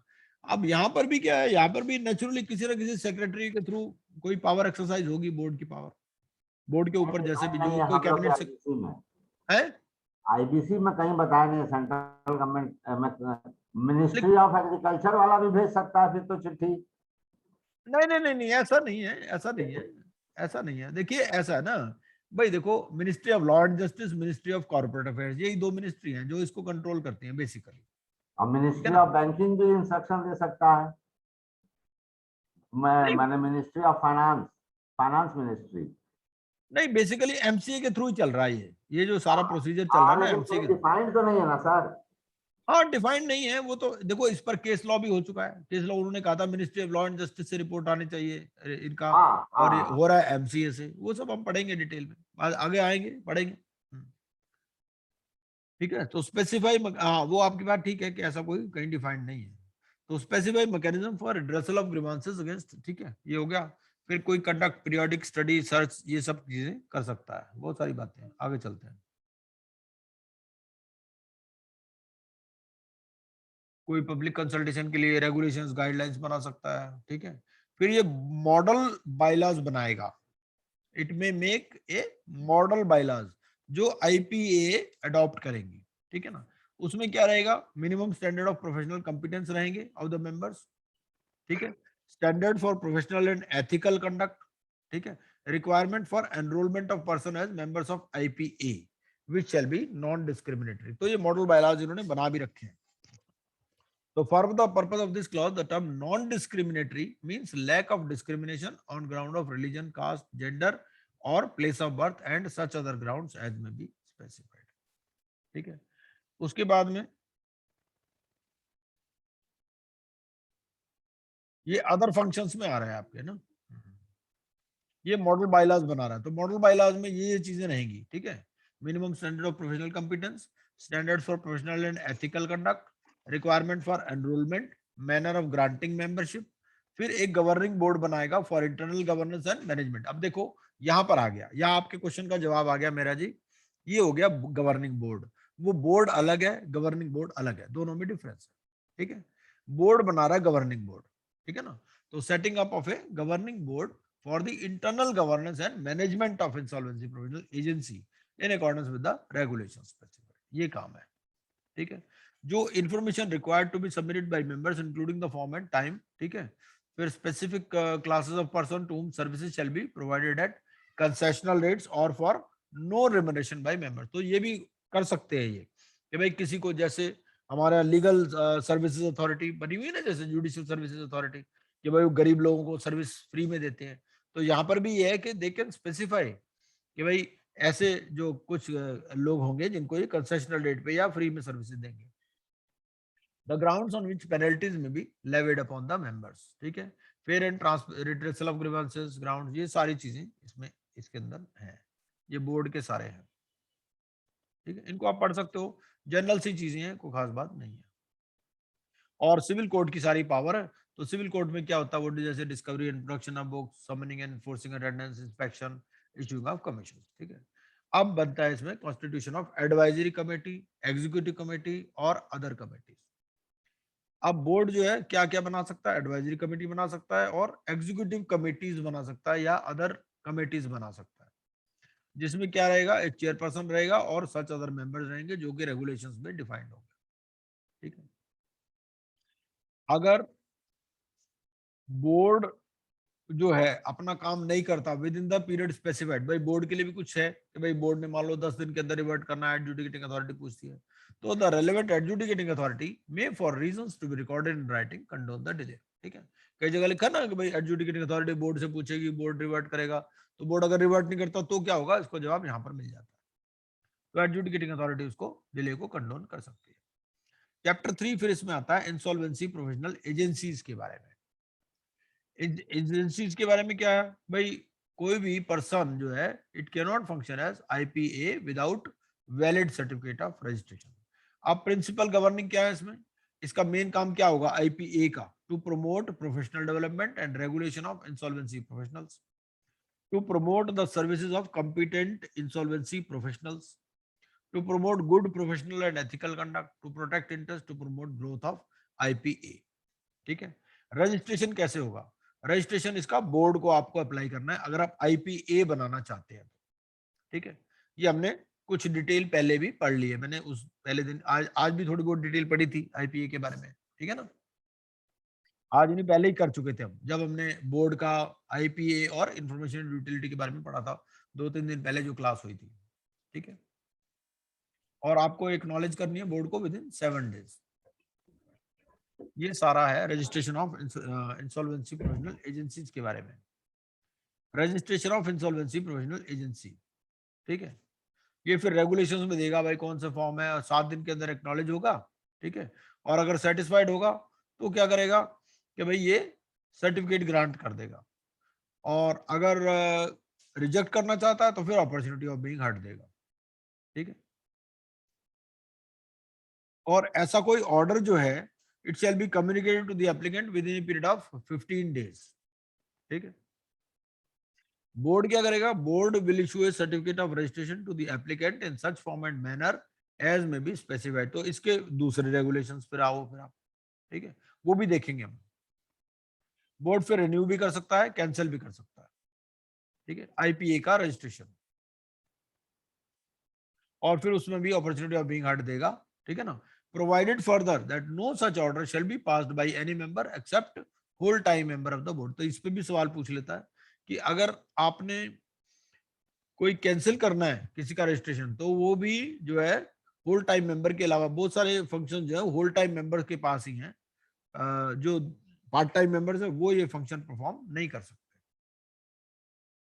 फिर इसकी अपील, ये मेरा जी आपके सवाल का जवाब आ गया कि एनसीएलएटी में अपील होगी अगर इंसॉल्वेंसी प्रोफेशनल एजेंसी ने अप्लाई किया और उसको बोर्ड ने रिजेक्ट कर दिया। ठीक है ना। तो ये अपील किसको करेगी, national company law appellate tribunal को। ठीक है। फिर अब अगला सवाल भी आप ही का था, गवर्निंग बोर्ड के बारे में था कि भाई बोर्ड और गवर्निंग बोर्ड में क्या फर्क है। तो ये है गवर्निंग बोर्ड, द बोर्ड में for the purpose of ensuring. हाँ रजत जी पूछिए। हम ये कह रहे थे कि इंसॉल्वेंसी प्रोफेशनल, मैंने इंसॉल्वेंसी प्रोफेशनल के बारे में पहले भी बताया था, बाद में भी बताऊंगा जब आएगा। इंसॉल्वेंसी प्रोफेशनल के बारे में ये है कि उसकी एपीलेट अथॉरिटी है, जैसे आईपीए है ना, आईपीए ने भी अब उसकी भी एक एपीलेट अथॉरिटी, वहां पर अपील होती है। हाँ जैसे हम इंसॉल्वेंसी प्रोफेशनल बने ही नहीं अभी, हम हाँ तो अगर apply किए हैं हाँ एप्लीकेंट। तो उस केस में एपीलेट अथॉरिटी है, एपीलेट अथॉरिटी वो हाँ, आएगा, आ गया रेगुलेशन में आगे आएगा। जैसे इसका आ गया ना, ये आईपीए का आ गया कि आईपीए की अगर एप्लीकेशन रिजेक्ट हो गई तो एनसीएलएटी में जाएंगे ये। ऐसे अगर आईपी की एप्लीकेशन एक्सेप्ट नहीं करते तो वो कहाँ जाएगा, वो एपीलेट अथॉरिटी के पास जाएगा। अच्छा, और आईपी के दो मालिक है, एक ये भी एजेंसी भी कंट्रोल कर रहा है, आईपीए भी कंट्रोल कर रहा है, और एक वहाँ आईबीबीआई भी डायरेक्टली कंट्रोल करेगा। वो तो है ही, दो है, बिल्कुल है। हाँ, एक जेठ है एक ससुर है, दोनों कंट्रोल करेंगे। Governing board of insolvency professional agency. ठीक है। The board may, for the purposes of ensuring that every insolvency professional agency takes into account the objectives sought to be achieved under this code, make regulations to specify. एक तो setting up of a governing board of an insolvency professional agency. ये governing board किसका हो गया? Insolvency professional agency का। वो पहले जो बोर्ड हमने पढ़ा था ना गवर्निंग बोर्ड, वो बोर्ड के अंदर ही गवर्निंग बोर्ड है अलग से। बोर्ड तो अलग है आईबीबीआई, ठीक है ना, बोर्ड के अंदर गवर्निंग बोर्ड है। ये गवर्निंग बोर्ड किसका? ये इंसॉल्वेंसी प्रोफेशनल एजेंसी का गवर्निंग बोर्ड है, ठीक है। ये इसके रेगुलेशन कौन बना रहा है? बोर्ड बना रहा है, ठीक है, कि भाई एक गवर्निंग बोर्ड होगा इंसॉल्वेंसी प्रोफेशनल एजेंसी का, और उसमें minimum number of independent members रहेंगे to be on the governing board of the IPA. एंड भाई इसको भी कंट्रोल कर रहा है ना आईपीए को। आईपीए कैसे कंट्रोल हो रही है बोर्ड से, ये बता रहा है ये कि भाई उसका एक गवर्निंग बोर्ड बना देगा आईपीए का, ठीक है। उस बोर्ड में जो क्या रहेंगे, जो minimum number of independent members कितने रहेंगे ये बताएगा वो। फिर जो number of insolvency professionals being its members who shall be on the governing board of the insolvency professional agency. मतलब दो तरह के मेंबर होंगे, इंडिपेंडेंट मेंबर होंगे और मेंबर होंगे, ठीक है। ये मेंबर किसके? गवर्निंग बोर्ड के, इंसॉल्वेंसी प्रोफेशनल एजेंसी के। जैसे मान लो बोर्ड ऑफ डायरेक्टर्स होता है ना कंपनी में, तो इसी तरह से आईपीए में भी गवर्निंग बोर्ड है। उसमें दो तरह के मेंबर है, इंडिपेंडेंट मेंबर है और मेंबर है। फिर फंक्शंस क्या है इंसॉल्वेंसी प्रोफेशनल एजेंसी के? ये आईपीए क्या क्या काम करेगी? मेंबरशिप देगी, जो भी रिक्वायरमेंट फुलफिल करते हैं और जो फीस देते हैं। Standards of professional conduct monitor करेगी परफॉर्मेंस को। Safeguard the rights privileges and interests of the insolvency professionals who are its members, ठीक है। सस्पेंड भी कर सकती है और कैंसिल भी कर सकती है मेंबरशिप, जो भी उसके मेंबर्स हैं। रिड्रेस करेगी the grievances of consumers against insolvency professionals who are its members, ठीक है। जो भी कंज्यूमर्स हैं, मतलब किसी कोई इंसॉल्वेंसी प्रोफेशनल के अगेंस्ट में कंप्लेंट करना चाहता है, मान लो कोई कंपनी है या कोई होम बायर है, वो करना चाहता है कंप्लेंट में, तो उसकी कंप्लेंट कौन सुनेगा? ये सुनेगी आईपीए। या फिर पब्लिश करेगी information about its functions, list of its members, performance of its members and such other information as may be specified by regulation. तो जैसे बोर्ड अपनी चीजें पब्लिश करता है, बोर्ड किस बारे में पब्लिश करता है? इंसॉल्वेंसी जो आईबीसी में केसेस वगैरह आ रहे हैं, ये क्या कर रहा है? ये भी अपने functions, list of members, performance वगैरह ये सारी भी ये इंफॉर्मेशन पब्लिश करेगी आईपीए। फिर क्या होगा कि जो इंसॉल्वेंसी प्रोफेशनल एजेंसीज है ये बायलॉज बनाएगी, ठीक है। एजेंसी विल मेक बायलॉज, जो कि हमने क्या पढ़ा था? बोर्ड एक बायलॉज बना देगा, मॉडल बायलॉज। हमने ये पढ़ा था अभी अभी, है ना, थोड़ी देर पहले, कि बोर्ड एक मॉडल बायलॉज बना देगा। अब ये जो इंसॉल्वेंसी प्रोफेशनल एजेंसी है ये उन मॉडल बायलॉज को देख के अपने बायलॉज बना देगी, ठीक है। उसके बाद में आ गए इंसॉल्वेंसी प्रोफेशनल्स। इंसॉल्वेंसी प्रोफेशनल के पास दो चीजें हैं, इनको एनरोल भी होना है और रजिस्टर्ड भी होना है। एनरोल होना है आईपीए के पास और रजिस्टर होना है आईबीबीआई के पास। आप बता देना कब तक चलाना चाहते हैं, मैं तो सोच रहा हूँ 9 बजे तक चला ही दें क्लास को, अगर आप किसी को ऑब्जेक्शन नहीं है तो। और थोड़ा लेट स्टार्ट हुई तो थोड़ा सा कवर तो कर लें। Yes, sir. हाँ जी। तो enrolled and registered persons to act as insolvency professional. तो no person shall render his services as insolvency professional under this code without being enrolled as a member, ठीक है। और ये वर्ड भी स्पेसिफिक है, ऐसा नहीं आप कह सकते कि registered with insolvency professional agency, वो नहीं हो सकता। एनरोल्ड वर्ड यूज किया जाएगा विद आईपीए और रजिस्टर्ड वर्ड यूज किया जाएगा बोर्ड के साथ। दीज आर स्पेसिफिक वर्ड्स, जैसे 206 में आईपीए है और 207 में बोर्ड है, ठीक है। तो 207 फिर बात करता है रजिस्ट्रेशन ऑफ इंसॉल्वेंसी प्रोफेशनल्स। तो first of all what you have to do? First of all you have to pass the exam, then you have to take the membership of IPA, then you have to register yourself with the board and you have to pay fees to both, to IPA and to board as well, within such time, in such manner and on payment of such fees as may be specified by regulations. And the board may specify the categories of professionals or persons possessing such qualification and experience in the field of finance, law, management, insolvency or such other field as it deems fit, ठीक है।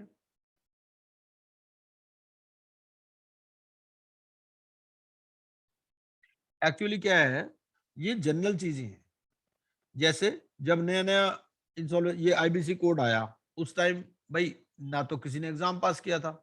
उन्होंने क्या कहा, उन्होंने कहा भाई जिसके पास 15 साल का एक्सपीरियंस है वो सारे आप हमारे पास एनरोल हो सकते हो। शुरू शुरू में जब ये 2016 में आया था, तो उन्होंने कहा भाई 6 महीने के अंदर आप एग्जाम पास कर लोगे, ठीक है ना। ऐसा भी शुरू में हुआ था। तो एक्ट या कोड में तो जनरल चीजें दी जाती हैं, फिर वो रेगुलेशन से उसको गवर्न करते हैं। इसीलिए ये जो 2072 है वो यहाँ पर ये इंपॉर्टेंट। 208 क्या कहता है कि functions and obligations of insolvency professionals. अब जो where and insolvency resolution, fresh start, ये सब में इसका रोल है, ठीक है। इंसॉल्वेंसी रेजोल्यूशन में, फ्रेश स्टार्ट में, लिक्विडेशन में, बैंकरप्सी प्रोसेस में। अगर ऐसा कोई भी प्रोसेस इनिशिएट हो गया तो it shall be the function of an IP to take such actions as may be necessary in the following matters.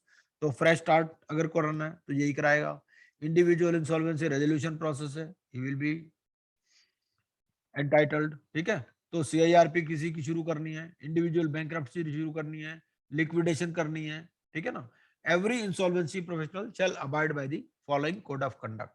क्या करना है इसको, he has to take reasonable care and diligence, he has to comply with all the requirements, he has to allow the insolvency professional agency to inspect his records। तो इसके record जब भी IPA देखना चाहे तो देख सकते हैं, जैसे हमने पढ़ा ना अभी इंस्पेक्शन और इन्वेस्टिगेशन के बारे में, ठीक है। अब आईयू में क्या है कि no person shall act as information utility, no information utility shall carry on its business under this code except under in accordance with certificate of registration issued in that behalf by the board। तो इसको भी जो registration है वो board ही grant कर रहा है। अभी as on date there is only one information utility, national e governance services limited, NESL, ठीक है। अब ये इसके लिए भी फॉर्म वगैरह है, वो फॉर्म हम पहले भी पढ़ चुके हैं। इंफॉर्मेशन यूटिलिटी जब हमने उस दिन कवर किया था, ठीक है। 7 दिन के अंदर एक्नॉलेज होगा, ठीक है, और एक्सेप्ट या रिजेक्ट होगी। अगर रिजेक्ट होगी तो अपॉर्चुनिटी ऑफ बीइंग हर्ड दी जाएगी, ठीक है। रिन्यूअल होगा, कैंसिल भी हो सकता है, सस्पेंड भी हो सकता है। अगर कोई आईयू ने कोई फॉल्स स्टेटमेंट या मिस रिप्रेजेंटेशन, ये जनरल टाइप की चीजें आप देख सकते हो, इसमें खास बात नहीं है। अच्छा, provided for that no such order shall be passed by any member except whole time member. तो आपने आईयू का अगर कोई भी सस्पेंड करना है, कैंसिल करना है, तो ये होल टाइम मेंबर ही कर सकता है, पार्ट टाइम मेंबर नहीं कर सकता। इसकी भी अपील कहां पर होगी, NCLAT में। तो मेहरा जी आप देखोगे आपके सारे क्वेश्चनों के जवाब धीरे धीरे मिल जाएंगे, ठीक है। अब IPU का अगर कैंसिल कर, आईयू का कैंसिल कर दिया तो NCLAT में होगी, ठीक है। फिर गवर्निंग बोर्ड होगा, इसका भी, इंफॉर्मेशन यूटिलिटी का भी, ठीक है। रेगुलेशंस, फिर जो कोर सर्विसेज हैं, कोर सर्विसेज आप आउटसोर्स नहीं कर सकते, ठीक है। ऑब्लिगेशंस क्या रहेंगे, they will create and store financial information in a universally accessible format. फिर एक्सेप्ट करेंगे electronic submission of financial information from persons who are under obligations to submit financial information. Accept in specified form and manner electronic submission of financial information. फिर meet such minimum service quality standards. ये सारे information utility के लिए कुछ conditions हैं। अब आप, ये एक इंपॉर्टेंट पॉइंट है, ई पॉइंट। इंपॉर्टेंट पॉइंट क्या है, get the information received from various person authenticated by all concerned parties before storing such information. एक बार लो बैंक ने इंफॉर्मेशन दी इंफॉर्मेशन यूटिलिटी को, भाई इस बंदे ने लोन लिया है, उस बंदे को कॉरेस्पॉन्डिंग ईमेल शूट होगी कि भाई आपने लोन लिया है क्या, तभी फीड होगी सिस्टम में, ठीक है। Provide access to the financial information, तो जो भी एक्सेस करना चाहता है उसको इंफॉर्मेशन देंगे, ये सब चीजें। Procedure for submission etcetera of financial information, अगर किसी ने इंफॉर्मेशन देनी है इस केस में तो क्या होगा, ही हैज टू पे फीस। हाँ पूछे रजत जी, पूछे। ये कह रहे हैं कि इंफॉर्मेशन हम लोगों ने लोन ले लिया, फिर लोन पेमेंट भी हो गया, तो हाँ उसका सेटिस्फेक्शन, उसका जो सेटिस्फेक्शन है वो भी जाएगी इंफॉर्मेशन। अगर हम नहीं देते हैं, हमने रिपेमेंट कर दिया या बैंक ने नहीं दिया, तो पेनल्टी भी है। नहीं, बात पेनल्टी की नहीं है। देखो ऐसे है, इसका मेन काम क्या है, ये तो एक किस्म से रजिस्ट्री अथॉरिटी है। जैसे प्रॉपर्टी की रजिस्ट्री नहीं होती, तो यहाँ पर फाइनेंशियल इंफॉर्मेशन की रजिस्ट्री हो रही है। भाई दो पार्टीज हैं, एक ने लिया दूसरे ने दिया, ठीक ठीक है ना, ये तो दोनों चीजों को रजिस्टर कर रही है।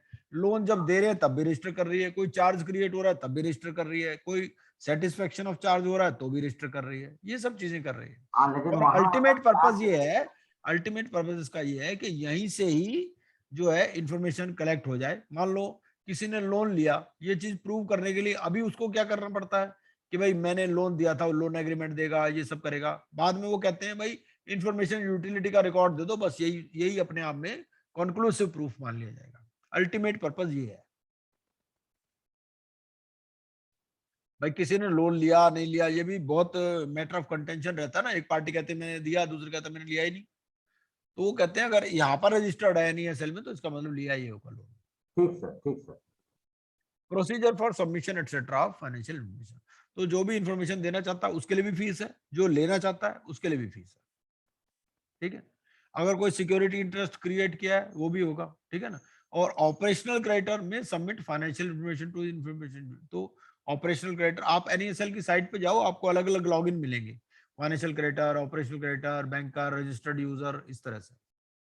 फिर rights and obligations of person submitting financial information, अगर कोई आदमी यहाँ पर अपडेट करना चाहता है या मॉडिफाई करना चाहता है या रेक्टिफाई करना चाहता है तो वो एप्लीकेशन देगा इंफॉर्मेशन यूटिलिटी को। ठीक है,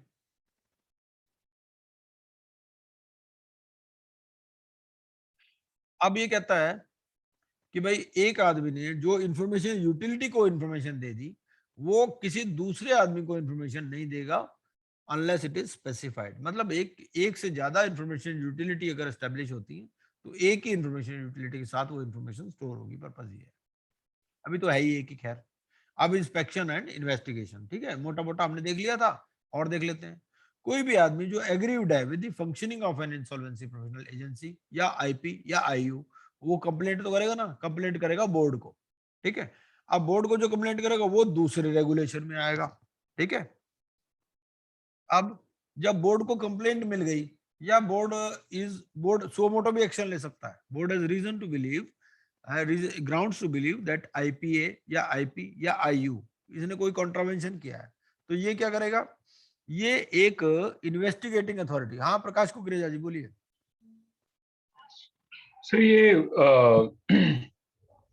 एक IP के अगेंस्ट अगर कंप्लेन हो तो कौन सी सिचुएशन में we have to complain to the board और टू IPA, ऐसा कुछ कंपैरिजन है सर? मतलब हाँ बिल्कुल है, बिल्कुल है। देखो ऐसा ना, वैसे तो ये जो IPA से रिलेटेड होगा वो IPA को करेगा कंप्लेंट, अगर बोर्ड से रिलेटेड मैटर है तो बोर्ड को करेगा। और इसके दूसरे और भी आएंगे आगे, रिड्रेसल ऑफ ग्रीवेंसेस वाला भी रेगुलेशंस है, और भी रेगुलेशंस है हमारे, बहुत सारे रेगुलेशन है। जब हाँ जैसे आगे पढ़ेगी ना तो क्वेश्चनों के जवाब अपने आप मिलते जाएंगे आपको।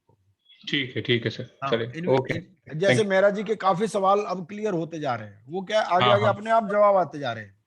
हाँ जी, अब क्या है, बोर्ड को लगता है कि भाई कोई की कंप्लेंट आई या उसको अपने आप भी लगता है रीजनेबल ग्राउंड है, तो वो क्या करेगा, board will direct N investigating authority, तो इसमें इंस्पेक्शन या इन्वेस्टिगेशन शुरू कर देगा। ठीक है, किसका, IPA का, IP का या इंफॉर्मेशन। अभी हम देखो किसके पढ़ रहे हैं, अब हम ये पढ़ रहे हैं बोर्ड के रेगुलेशंस। ठीक है, अब ये जो इंस्पेक्शन है या जो इन्वेस्टिगेशन है ये शैल बी कंडक्टेड, जो ये इसके लिए फिर दूसरा रेगुलेशन पढ़ो, रेगुलेशन को भी रेगुलेशन के साथ और आगे आगे लिंक करता जा रहा है। ठीक है, जो इनमें अब ये मैंने आपको समरी फॉर्म में पहले पढ़ा दिया। ठीक है ना, मैंने शुरू में जब स्टार्ट किया तो मैंने आपको इंस्पेक्शन इन्वेस्टिगेशन बता दिया कि भाई इंटरिम इंस्पेक्शन होगा, इंटरिम इन्वेस्टिगेशन होगा, इंटरिम इंस्पेक्शन की रिपोर्ट सर्विस प्रोवाइडर को दी जाएगी, 15 दिन का उसको टाइम दिया जाएगा जवाब देने के लिए। इंटरिम इन्वेस्टिगेशन की रिपोर्ट देना जरूरी नहीं है। ठीक है ना, बोर्ड उसके बेस पे फिर शो कॉज नोटिस इश्यू करेगा। ये मोटा मोटा हमने पढ़ लिया था, अब हम इसको थोड़ा और डिटेल में पढ़ रहे हैं और इसके नीचे जो रेगुलेशंस आएंगे उसमें और डिटेल में आएगा।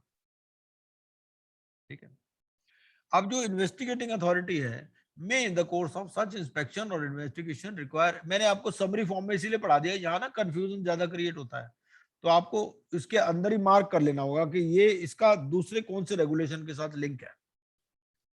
The investigating authority may in the course of such inspection or investigation require any other person who is likely to have any relevant document। ठीक है भाई, उसको भी कहेंगे जो इसने बोर्ड ने क्या किया, बोर्ड ने इन्वेस्टिगेटिंग अथॉरिटी को दे दिया। ठीक है, अब अगर उसको लगता है कि भाई किसी और आदमी के पास कोई इंफॉर्मेशन है, उसको कहेगा कि भाई तुम भी दो, and such person shall be bound to furnish, ठीक है, provided that the investigating authority shall provide detailed reasons to such person before requiring him, ठीक है ना। अगर उससे कुछ इन्फॉर्मेशन लेना चाहती है तो उसको डिटेल्ड रीजंस देगी, मतलब कोई दूसरी पार्टी हो सकती है, इस तरह से। इन्वेस्टिगेटिंग अथॉरिटी अगर उसको इंस्पेक्शन या इन्वेस्टिगेशन में लगता है तो they can enter into any building और प्लेस, जहां पर उनको लगता है भाई कोई डॉक्यूमेंट इनके पास पड़ा हुआ है, वो उसकी कॉपी भी ले सकते हैं और उसमें section 100 of code of criminal procedure लगेंगे, ठीक है। अब जो इन्वेस्टिगेटिंग अथॉरिटी है वो अपनी कस्टडी में बुक्स वगैरह भी रख सकते हैं, ठीक है, not later than the conclusion of the investigation as it considers necessary, ठीक है, और बाद में इसको वापस कर देंगे, ठीक है, और उससे पहले उस पर निशान भी लगा सकते हैं। और जो डिटेल्ड रिपोर्ट होगी इंस्पेक्शन की या इन्वेस्टिगेशन की, ये कहां पर देंगे, बोर्ड को देंगे।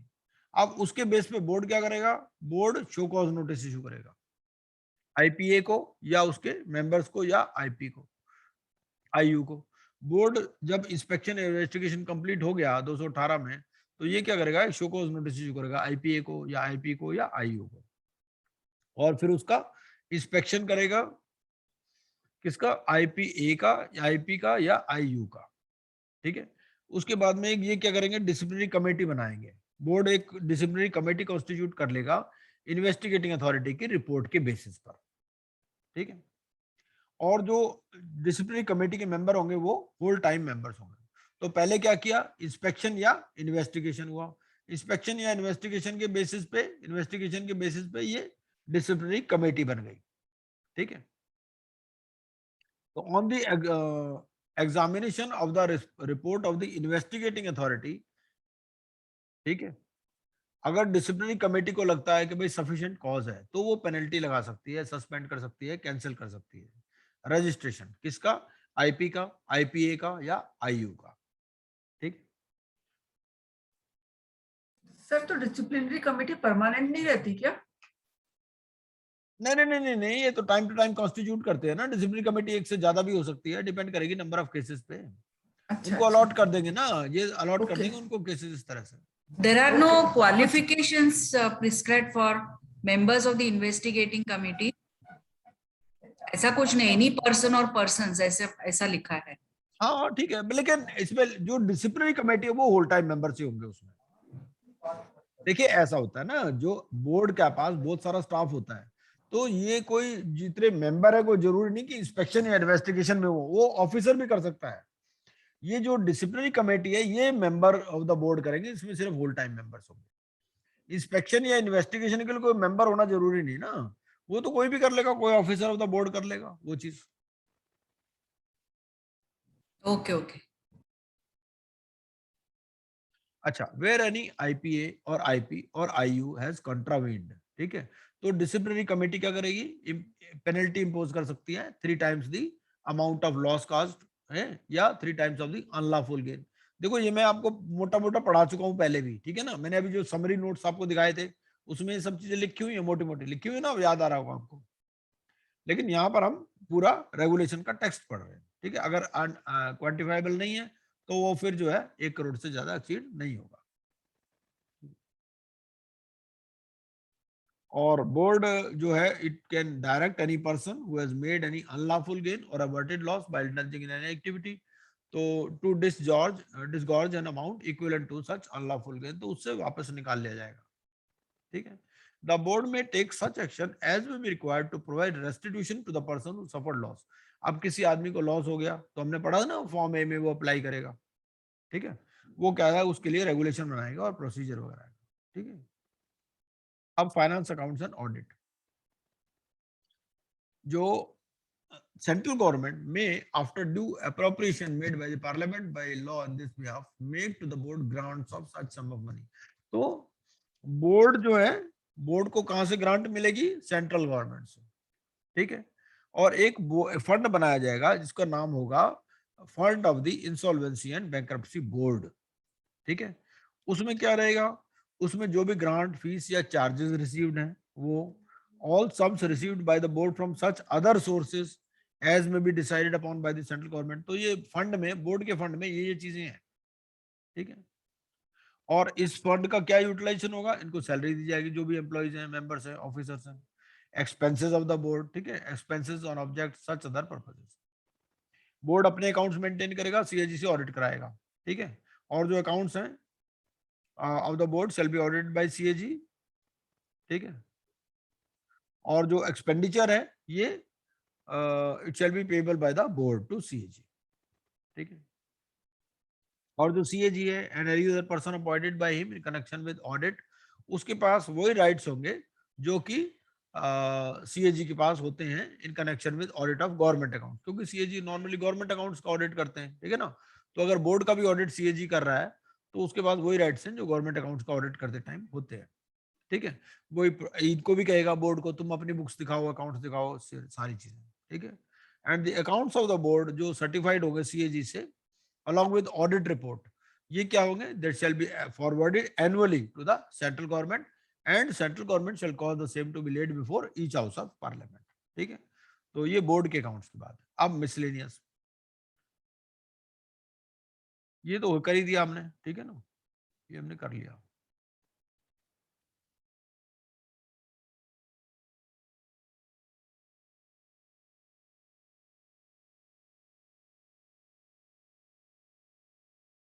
और रेगुलेशंस देखते हैं हम, ठीक है।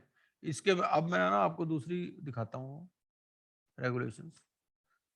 ये कुछ रेगुलेशन हमने देख लिए। अब ये वाली मेरी पीपीटी नजर आ रही है, insolvency and bankruptcy board of India? नहीं नहीं। अच्छा,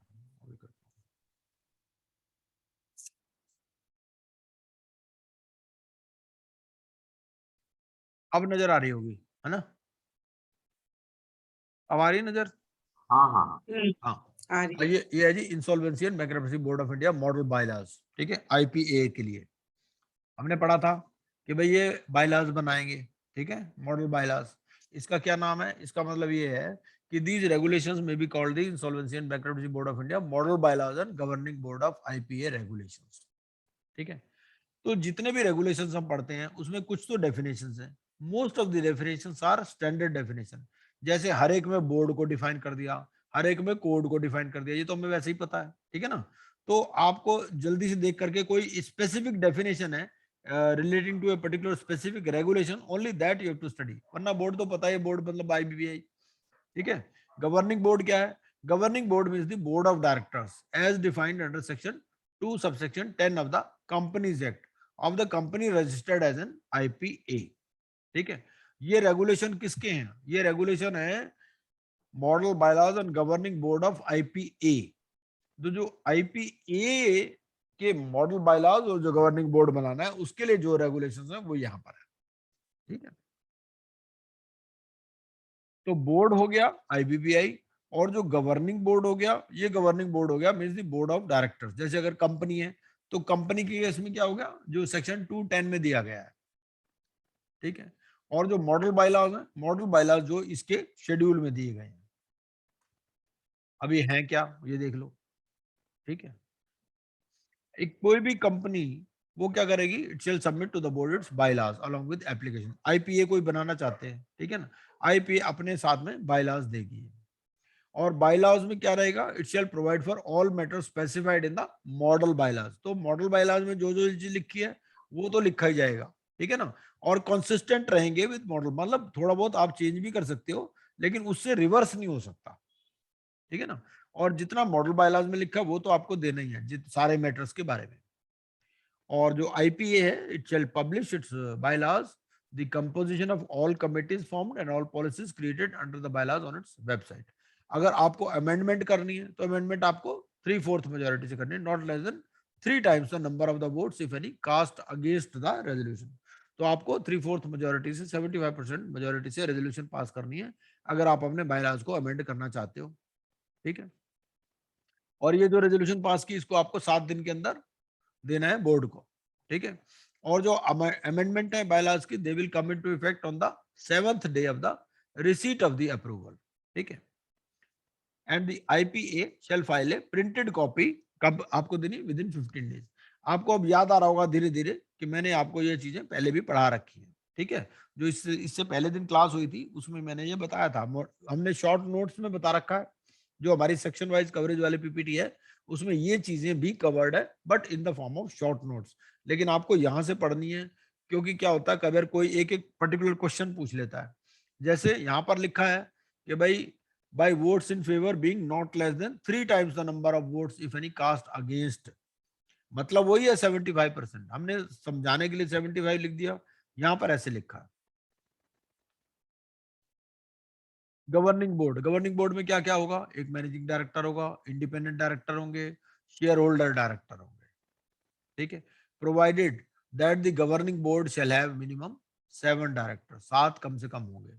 ठीक है, जो मैनेजिंग डायरेक्टर है, ये कुकरेजा जी का सवाल था, उसका जवाब कुकरेजा जी अब आ जाएगा शायद। The managing director shall not be considered either as an independent director और ए शेयर होल्डर डायरेक्टर। मतलब गवर्निंग डायरेक्टर में कितने करने हैं आपको? मिनिमम 7 करने हैं। ठीक है ना, और जो मैनेजिंग डायरेक्टर है इसको अलग करो। मैनेजिंग डायरेक्टर के अलावा जो है ये ना तो इंडिपेंडेंट डायरेक्टर ना ये शेयर होल्डर डायरेक्टर माना जाएगा। ठीक है, अगर एक मैनेजिंग डायरेक्टर है इसका मतलब आपको 3-3 लेने हैं, अगर दोनों इक्वल लेने हैं तो मिनिमम 7 लेने हैं। तो इसकी सर काउंटिंग ना इंडिपेंडेंट डायरेक्टर में हो रही ना शेयर होल्डर डायरेक्टर में हो रही। हाँ जी कुकरेजा जी, कुछ पूछ रहे थे आप? हाँ सर, तो इसमें लिखा है कि provided governing board shall have minimum 7 directors. तो मेरा सवाल ये था कि इन 7 डायरेक्टर्स में एमडी रहेगा या नहीं रहेगा? सो आंसर इज नहीं बिल्कुल रहेगा। है। क्या, क्यों नहीं रहेगा? नहीं बिल्कुल रहेगा। रहेगा, 7 में रहेगा। रहेगा लेकिन क्या वो हाँ। इंडिपेंडेंट डायरेक्टर नहीं होगा, ना वो शेयर होल्डर डायरेक्टर माना जाएगा। मतलब ऐसा होता है ना, पता क्या है, जो भी कमेटी बनती है उसमें क्या होता है, हर कमेटी का डायरेक्ट जो चेयरपर्सन होता है वो इंडिपेंडेंट डायरेक्टर होता है। ठीक है ना, तो उस पर्पज से वो कहता है कि इंडिपेंडेंट डायरेक्टर की जहां पर रिक्वायरमेंट आएगी वहां पर मैनेजिंग डायरेक्टर को आप इंक्लूड नहीं कर सकते। इसका पर्पज ये है। जैसे अच्छा। अब आगे आगे हम पढ़ेंगे ना, इसमें आगे हम पढ़ते हैं, उसमें क्या रहता है, उसमें कहता है भाई जो भी कमेटी, जितनी भी कमेटीज बनेगी उसमें इंडिपेंडेंट डायरेक्टर ही चेयरमैन होगा। अब इसने यहाँ क्या कह दिया कि जो मैनेजिंग डायरेक्टर है उसको इंडिपेंडेंट डायरेक्टर नहीं माना जाएगा। ठीक है ना, इसका मतलब अगर कोई कमेटी है, कमेटी में मान लो 3 बंदे होने या 5 आदमी होने या 7 होने, हम अलग अलग पढ़ेंगे कि किस कमेटी में कितने होने चाहिए, क्या कोरम होना चाहिए। ठीक है ना, तो उस पर्पज से इंडिपेंडेंट डायरेक्टर को, मतलब मैनेजिंग डायरेक्टर को काउंट नहीं किया जाएगा, इंडिपेंडेंट डायरेक्टर या शेयर होल्डर डायरेक्टर। लेकिन जब 7 डायरेक्टर जो मिनिमम चाहिए उसमें एमडी को काउंट किया जाएगा। बिल्कुल बिल्कुल बिल्कुल, वो तो है ही, वो तो यही लिखा, पहले भी लिखा तो। एक पॉइंट ऐड करूंगी यहाँ पर। आप अपने ना जो सीए की या सीएस की जो गवर्निंग बोर्ड बनी हुई है ना, उसमें देखिए, उसमें 3 शेयर होल्डर मेंबर है, 3 इंडिपेंडेंट में मेंबर है और 1 एमडी है। हाँ, तो वही है 7 ना, ही हो तो गए ना। वो क्लियर हो जाता है वहां से। ठीक है, थैंक यू। और आगे आएगी और क्लैरिटी आएगी। Any employee of an IPA may be appointed as a director or its governing board in addition to the managing director. जो आईपीए का कोई एम्प्लॉई है उसको भी डायरेक्टर अपॉइंट किया जा सकता है और its governing board in addition to the managing director, but such director shall be deemed to be a shareholder director. तो एम्प्लॉय को भी बना सकते हैं, लेकिन एम्प्लॉय जो है वो इंडिपेंडेंट डायरेक्टर नहीं माना जाएगा, वो शेयर होल्डर डायरेक्टर ही हो सकता है। ठीक है, more than half of the director shall B person resident in India. 7 हैं, 7 का मतलब 4 कम से कम जो है वो रेजिडेंट इन इंडिया होने चाहिए at the time of their appointment and at all times during their tenure as directors. ठीक है, फिर a shareholder director shall be an individual. जो शेयर होल्डर डायरेक्टर है वो इंडिविजुअल होगा who satisfies the eligibility norms including experience and qualification as decided by the governing board. ठीक है, and the number of independent directors shall not be less than the number of shareholder director। मतलब जो number of independent director है वो share holder director से कम नहीं हो सकते, मतलब बराबर हो सकते हैं। ठीक है, जैसे 3-3 तो हो सकते हैं, लेकिन ऐसा नहीं हो सकता कि इंडिपेंडेंट डायरेक्टर तो 2 हो और शेयर होल्डर डायरेक्टर 4 हो, ये नहीं हो सकता। हाँ जी sir, shareholder director shall be individual ऐसे क्यों लिखा है? मतलब independent director can be other than individual.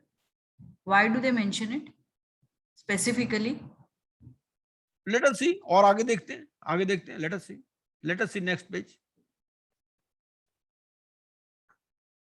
जो यहाँ लिखा है अभी इसको पढ़ते हैं। ठीक है जी, जो नंबर ऑफ इंडिपेंडेंट डायरेक्टर है ये शेयर होल्डर डायरेक्टर से कम नहीं हो सकता, मतलब इक्वल हो सकता है या ज्यादा हो सकता है। मतलब ऐसा तो हो सकता है कि इंडिपेंडेंट डायरेक्टर 4 हो जाएं और शेयर होल्डर डायरेक्टर 2 हो जाएं, ये नहीं हो सकता कि इंडिपेंडेंट 2 हो जाएं और शेयर होल्डर डायरेक्टर 4 हो जाएं। शैल नॉट बी लेस देन लिखा है, ठीक है, provided that no meeting of the governing board shall be held without the presence of at least one independent director। ठीक है, तो एक इंडिपेंडेंट डायरेक्टर भी होना जरूरी है। ठीक है, इसका मतलब क्या हो गया, चाहे एमडी बैठा भी हुआ है तो एमडी इंडिपेंडेंट डायरेक्टर नहीं है। ठीक है ना, एमडी जो है ना वो इंडिपेंडेंट डायरेक्टर ना वो शेयर होल्डर डायरेक्टर है। इसका मतलब क्या हो गया कि एक इंडिपेंडेंट डायरेक्टर तो होना ही पड़ेगा एक मीटिंग में, कोई भी गवर्निंग बोर्ड की मीटिंग होगी तो। आगे कोरम वगैरह के बारे में पढ़ेंगे। सर एक मिनट, ये जो है आपने 4A जो बोला है, हाँ है ना, वो तो सर रूल्स में मुझे दिखाई नहीं दे रहा है, ये कहाँ से आया 4A जो ये है, share holder director shall be an individual, नहीं दिखाई दे रहा, मतलब सर ये रेगुलेशंस में तो है ही नहीं। ये मैं यहाँ से पढ़ रहा हूँ, ये तो टेक्स्ट है मेरे पास, जो insolvency and bankruptcy board of India model bylaws मैं तो दिया हुआ ही नहीं है सर। मैं तो आईबीबीआई की साइट से लिया है, ये तो टेक्स्ट है, इसमें मेरा कुछ थोड़ी है। भाई मैं इसीलिए पूछ रही हूँ सर, क्योंकि मेरे पास जो बुक है उसमें तो 4A है ही नहीं। 4A ये हो सकता है, रेगुलेशंस में 4A नहीं है। हाँ तो है ना? ऐसा है ना, रेगुलेशन में 4A इसलिए नहीं होगा, ये 14 जनवरी को अमेंडमेंट हुई होगी शायद, ये लिखा है ना 14 जनवरी तक अमेंडेड है ना ये। हाँ सर, लेकिन जो मेरे पास बुक है वो, अच्छा वो पुरानी हो सकती है 1-2 महीने। मेरे पास भी किताब है, मैं अभी 1 मिनट देख लेता हूँ। हाँ सर देखो ना, ये वहीं से बोर्ड से वहीं से टेक्स्ट उठाया हमने। सर हो सकता है रिमूव ऐड कर दिया हो या रिमूव कर दिया हो, कुछ भी हो गया हो सकता है। रिमूव तो नहीं किया होगा, ये तो मतलब ऐड ही हुआ। हाँ हो सकता है।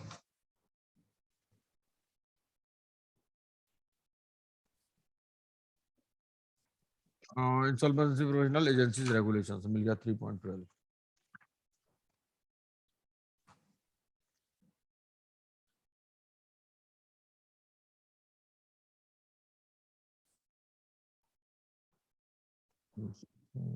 Sir, it has been added from 14/1/21. हाँ ये लिखा है ना अमेंडेड अप टू।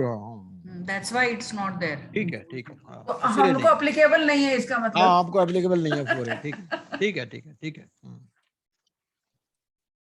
हाँ ठीक है, चलिए। ऐड करने का, हाँ ऐड करने का पर्पस क्या होगा? नहीं ऐसा ना, आगे पढ़ेंगे ना पर्पस पता चल जाएगा। देखो इंडिपेंडेंट डायरेक्टर में भी लिखा है कि कौन हो सकता है कौन नहीं हो सकता, तो यहाँ पर शेयर होल्डर डायरेक्टर के बारे में भी लिख दिया। ठीक है सर, देखते हैं आगे क्या थे। ठीक है जी, ये तो हो गया। अब ये यहाँ देखते हैं, राकेश का बोल रहा चल जाए। अब ये जो इंडिपेंडेंट डायरेक्टर है ये भी इंडिविजुअल होगा। देखो मैडम का सवाल का जवाब आ गया, सनिका जी आपके सवाल का जवाब आ गया, ठीक है ना भाई। यहाँ पर ऊपर क्या कहता था, शेयर होल्डर डायरेक्टर इंडिविजुअल होगा, यहाँ पर क्या लगा, चलो भाई लोगों को दिक्कत हो रही है कि ये क्यों इंडिविजुअल लिखा है, तो इंडिपेंडेंट डायरेक्टर पे भी लिख दो। ठीक है, वो बाद में लिख दिया शेयर होल्डर डायरेक्टर पे। ठीक है, इंडिपेंडेंट डायरेक्टर भी इंडिविजुअल होगा, शेयर होल्डर डायरेक्टर भी इंडिविजुअल होगा। ठीक है, तो डायरेक्टर तो हमेशा ही इंडिविजुअल होता है, फिर इसको स्पेसिफिकली लिखने की जरूरत क्या थी? डायरेक्टर कोई पार्टनरशिप फर्म या कोई, ये तो डायरेक्टर बन नहीं सकती है फिर ये लिखा क्यों है ऐसा? मतलब लिखा है, ये लिखा है। इसमें क्या होगा, who is a person of ability and integrity who has experience, इसमें एक्सपीरियंस होना चाहिए। He should not B a relative of the directors of the governing board. ठीक है, जो गवर्निंग बोर्ड है उसका, उसमें जो डायरेक्टर है उसका रिलेटिव नहीं होना चाहिए। ठीक है, गवर्निंग बोर्ड के बारे में हम पहले ही पढ़ चुके हैं, है ना। गवर्निंग बोर्ड क्या है, गवर्निंग बोर्ड है बोर्ड ऑफ डायरेक्टर्स जो कि इस आईपीए के हैं। ठीक है भाई, आईपीए कंपनी बनाई, उसमें गवर्निंग बोर्ड बना दिया जो उसके बोर्ड ऑफ डायरेक्टर्स हैं। ठीक है, अब ये जो डायरेक्टर है, जो इंडिपेंडेंट डायरेक्टर है, कहां गया ये जो इंडिपेंडेंट डायरेक्टर है, should not be relative of the directors of the governing board. मतलब जो उस कंपनी ने भाई आईपीए कंपनी बन सकती है, उसने अपने बोर्ड ऑफ डायरेक्टर्स बनाए, ये जो इंडिपेंडेंट डायरेक्टर ये अलग होगा उससे। ठीक है, who had or has no pecuniary relationship with IPA या any of its directors or of any of its shareholders holding more than 10% of its share capital during the immediately preceding 2 financial years or during the current financial year. ठीक है.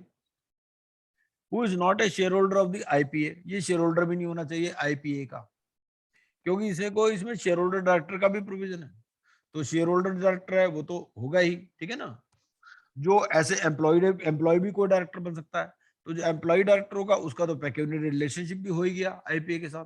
लेकिन independent director जो है उसका कोई पेक्यूनियरी relationship नहीं हो सकता, वो शेयर होल्डर भी नहीं हो सकता आईपीए का. ठीक है. Who is not a member of the board of directors of any of the share holders holding more than 10% of the share capital of the insolvency professional agency. ठीक है. इसका क्या मतलब है? Who is not a member of the board of directors of any of the shareholder, मतलब company भी तो कोई शेयर होल्डर हो सकती है ना. तो अगर कोई कंपनी है शेयर होल्डर, तो ये इंडिपेंडेंट डायरेक्टर जो है ही can not be A member of the board of directors of that company, क्योंकि शेयर होल्डर तो इंडिविजुअल भी हो सकता है, कंपनी भी हो सकती है. ये An independent director shall be nominated by the board from amongst the list of names proposed by the IPA. ठीक है. तो इंडिपेंडेंट डायरेक्टर कौन होगा? ये नॉमिनेट होगा बोर्ड से. ठीक है. इसके नाम प्रपोज करेगी आईपीए, क्योंकि इसके पास अलग पावर है इंडिपेंडेंट डायरेक्टर के पास. और an individual may serve as an independent director for a maximum of 2 terms of 3 years each और part thereof or up to the age of 75 years whichever is earlier. ठीक है. तो independent director जो है 75 साल तक बन सकता है. सर ये हर जगह अलग अलग एज क्यों दे देते हैं? सब याद करने में कितनी दिक्कत आती है. नहीं, कहीं 65 है, कहीं 75 है. हाँ वो तो है जी, ठीक बात है. अलग अलग जगह अलग अलग दे रखी है. बिल्कुल. हाँ, हर के लिए अलग सेकंड अलग है. टर्म पहले तो ये भी था, अब मेरे ख्याल हटा दिया है. पहले ये था कि 75 के बाद भी आप स्पेशल सैंक्शन लेके कर सकते हो. अब शायद वो चीज क्लॉज रिमूव कर दी. पहले था कि 75 के बाद भी अगर आप किसी को चाहते हो भाई कोई ज्यादा एक्सेप्शनली कोई है डिजर्विंग, तो उसके 75 इयर्स के बाद भी स्पेशल सैंक्शन से हो जाता था. But I think now that clause is missing. The second term referred to in sub regulation 8 may be subject to a satisfactory performance review of the first term. ठीक है. तो 2 टर्म के लिए हो सकता है ये, लेकिन सेकंड टर्म में क्या होगा, उसका रिव्यू होगा पहले. ठीक. Bye the governing board. Cooling of period होगा of 3 years shall be applicable for an independent director to become a shareholder director. अगर वो उसी एजेंसी में या किसी दूसरी आईपीए में शेयर होल्डर डायरेक्टर बनना चाहता है, उसके लिए 3 साल का कूलिंग पीरियड रहेगा इंडिपेंडेंट डायरेक्टर के लिए, क्योंकि independent director share holder director नहीं बन सकता. ठीक है. लेकिन 3 साल के कूलिंग पीरियड के बाद बन सकता है. और not more than 1/4 of the directors shall be insolvency professionals. मतलब जो आईपीए में जो डायरेक्टर हैं 1/4 से ज्यादा इंसॉल्वेंसी प्रोफेशनल नहीं होंगे. है. आप कहोगे ये क्या बात हुई भाई, आईपीए है, आईपीए में मतलब वो चाहते हैं 1/4 से ज्यादा ना हो, तो मतलब क्योंकि एक ओवरऑल पर्सपेक्टिव रहे इंसॉल्वेंसी प्रोफेशनल एजेंसी के पास. And the directors shall elect an independent director as the chairperson of the governing board. जो डायरेक्टर है they will elect an independent director as the chairperson of the governing board. ये तो अनंत कथा चलेगी. ठीक है. तो अब मैनेजिंग डायरेक्टर की भी बात आ रही है इसमें. ठीक है ना. मेरे ख्याल इसको कल करते हैं, फिर ज्यादा लंबा हो जाएगा. मैनेजिंग डायरेक्टर बचा है तो खाली ये पॉइंट कवर करेंगे तो ये रेगुलेशंस खत्म हो जाएंगे. हाँ ये वाला कर लेते हैं मैनेजिंग. नहीं ये वाले रेगुलेशंस खत्म हो जाएंगे सर बस. ठीक है. हाँ ये शेड्यूल से ऊपर ऊपर कवर कर ले, यहाँ तक मतलब है ना. हाँ, आपका मतलब. हाँ ठीक है. ठीक है. हाँ 2 ही पेज हैं, कोई ज्यादा नहीं. ए डायरेक्टर हु हैज, जो जाना चाहे जा सकते हैं, रिकॉर्डिंग तो है ही, कोई दिक्कत नहीं. ए director who has any interest direct or indirect पेक्यूनियरी और अदरवाइज इन एनी मैटर. ठीक है. ये भी हमने कर ही लिया पहले कि भाई अगर किसी का कोई फाइनेंशियल इंटरेस्ट है तो वो अपना इंटरेस्ट डिस्क्लोज कर देगा गवर्निंग बोर्ड को या कमेटी को. ठीक है ना. और वही will not take part in deliberation. ठीक है. और ये है कि भाई a director shall disclose any order of any authority that affects his character और रेपुटेशन.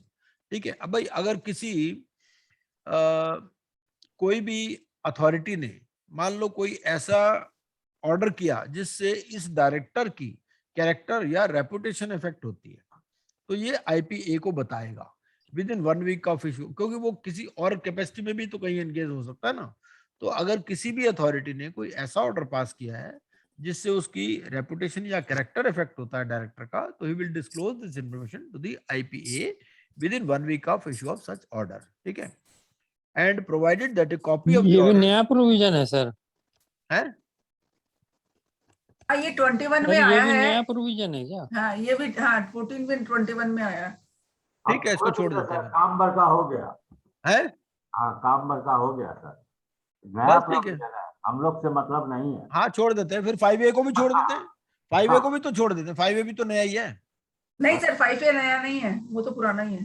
चलो 5A पढ़ते हैं। हाँ 5 पुराने एक्ट में है सर। 5A मैनेजिंग पुराने डायरेक्टर। regulations में। मैनेजिंग डायरेक्टर क्या कहता है? मैनेजिंग डायरेक्टर ये कहता है भाई आईपीए क्या करेगी, IPA subject to the guidelines issued by the board. अब ये IPA qualification, experience, manner of appointment, ये सब चीजें डिसाइड करेगी मैनेजिंग डायरेक्टर की। ठीक है, इसमें करना क्या है, इंडिविजुअल को सेलेक्ट करेगी एज एमडी। एक ओपन एडवर्टाइजमेंट होगी in all editions of at least one national daily newspaper. भाई इसने एमडी अपॉइंट करना है आईपीए ने, ठीक है ना, तो उसके लिए एक एडवर्टाइजमेंट होगी, ओपन एडवर्टाइजमेंट।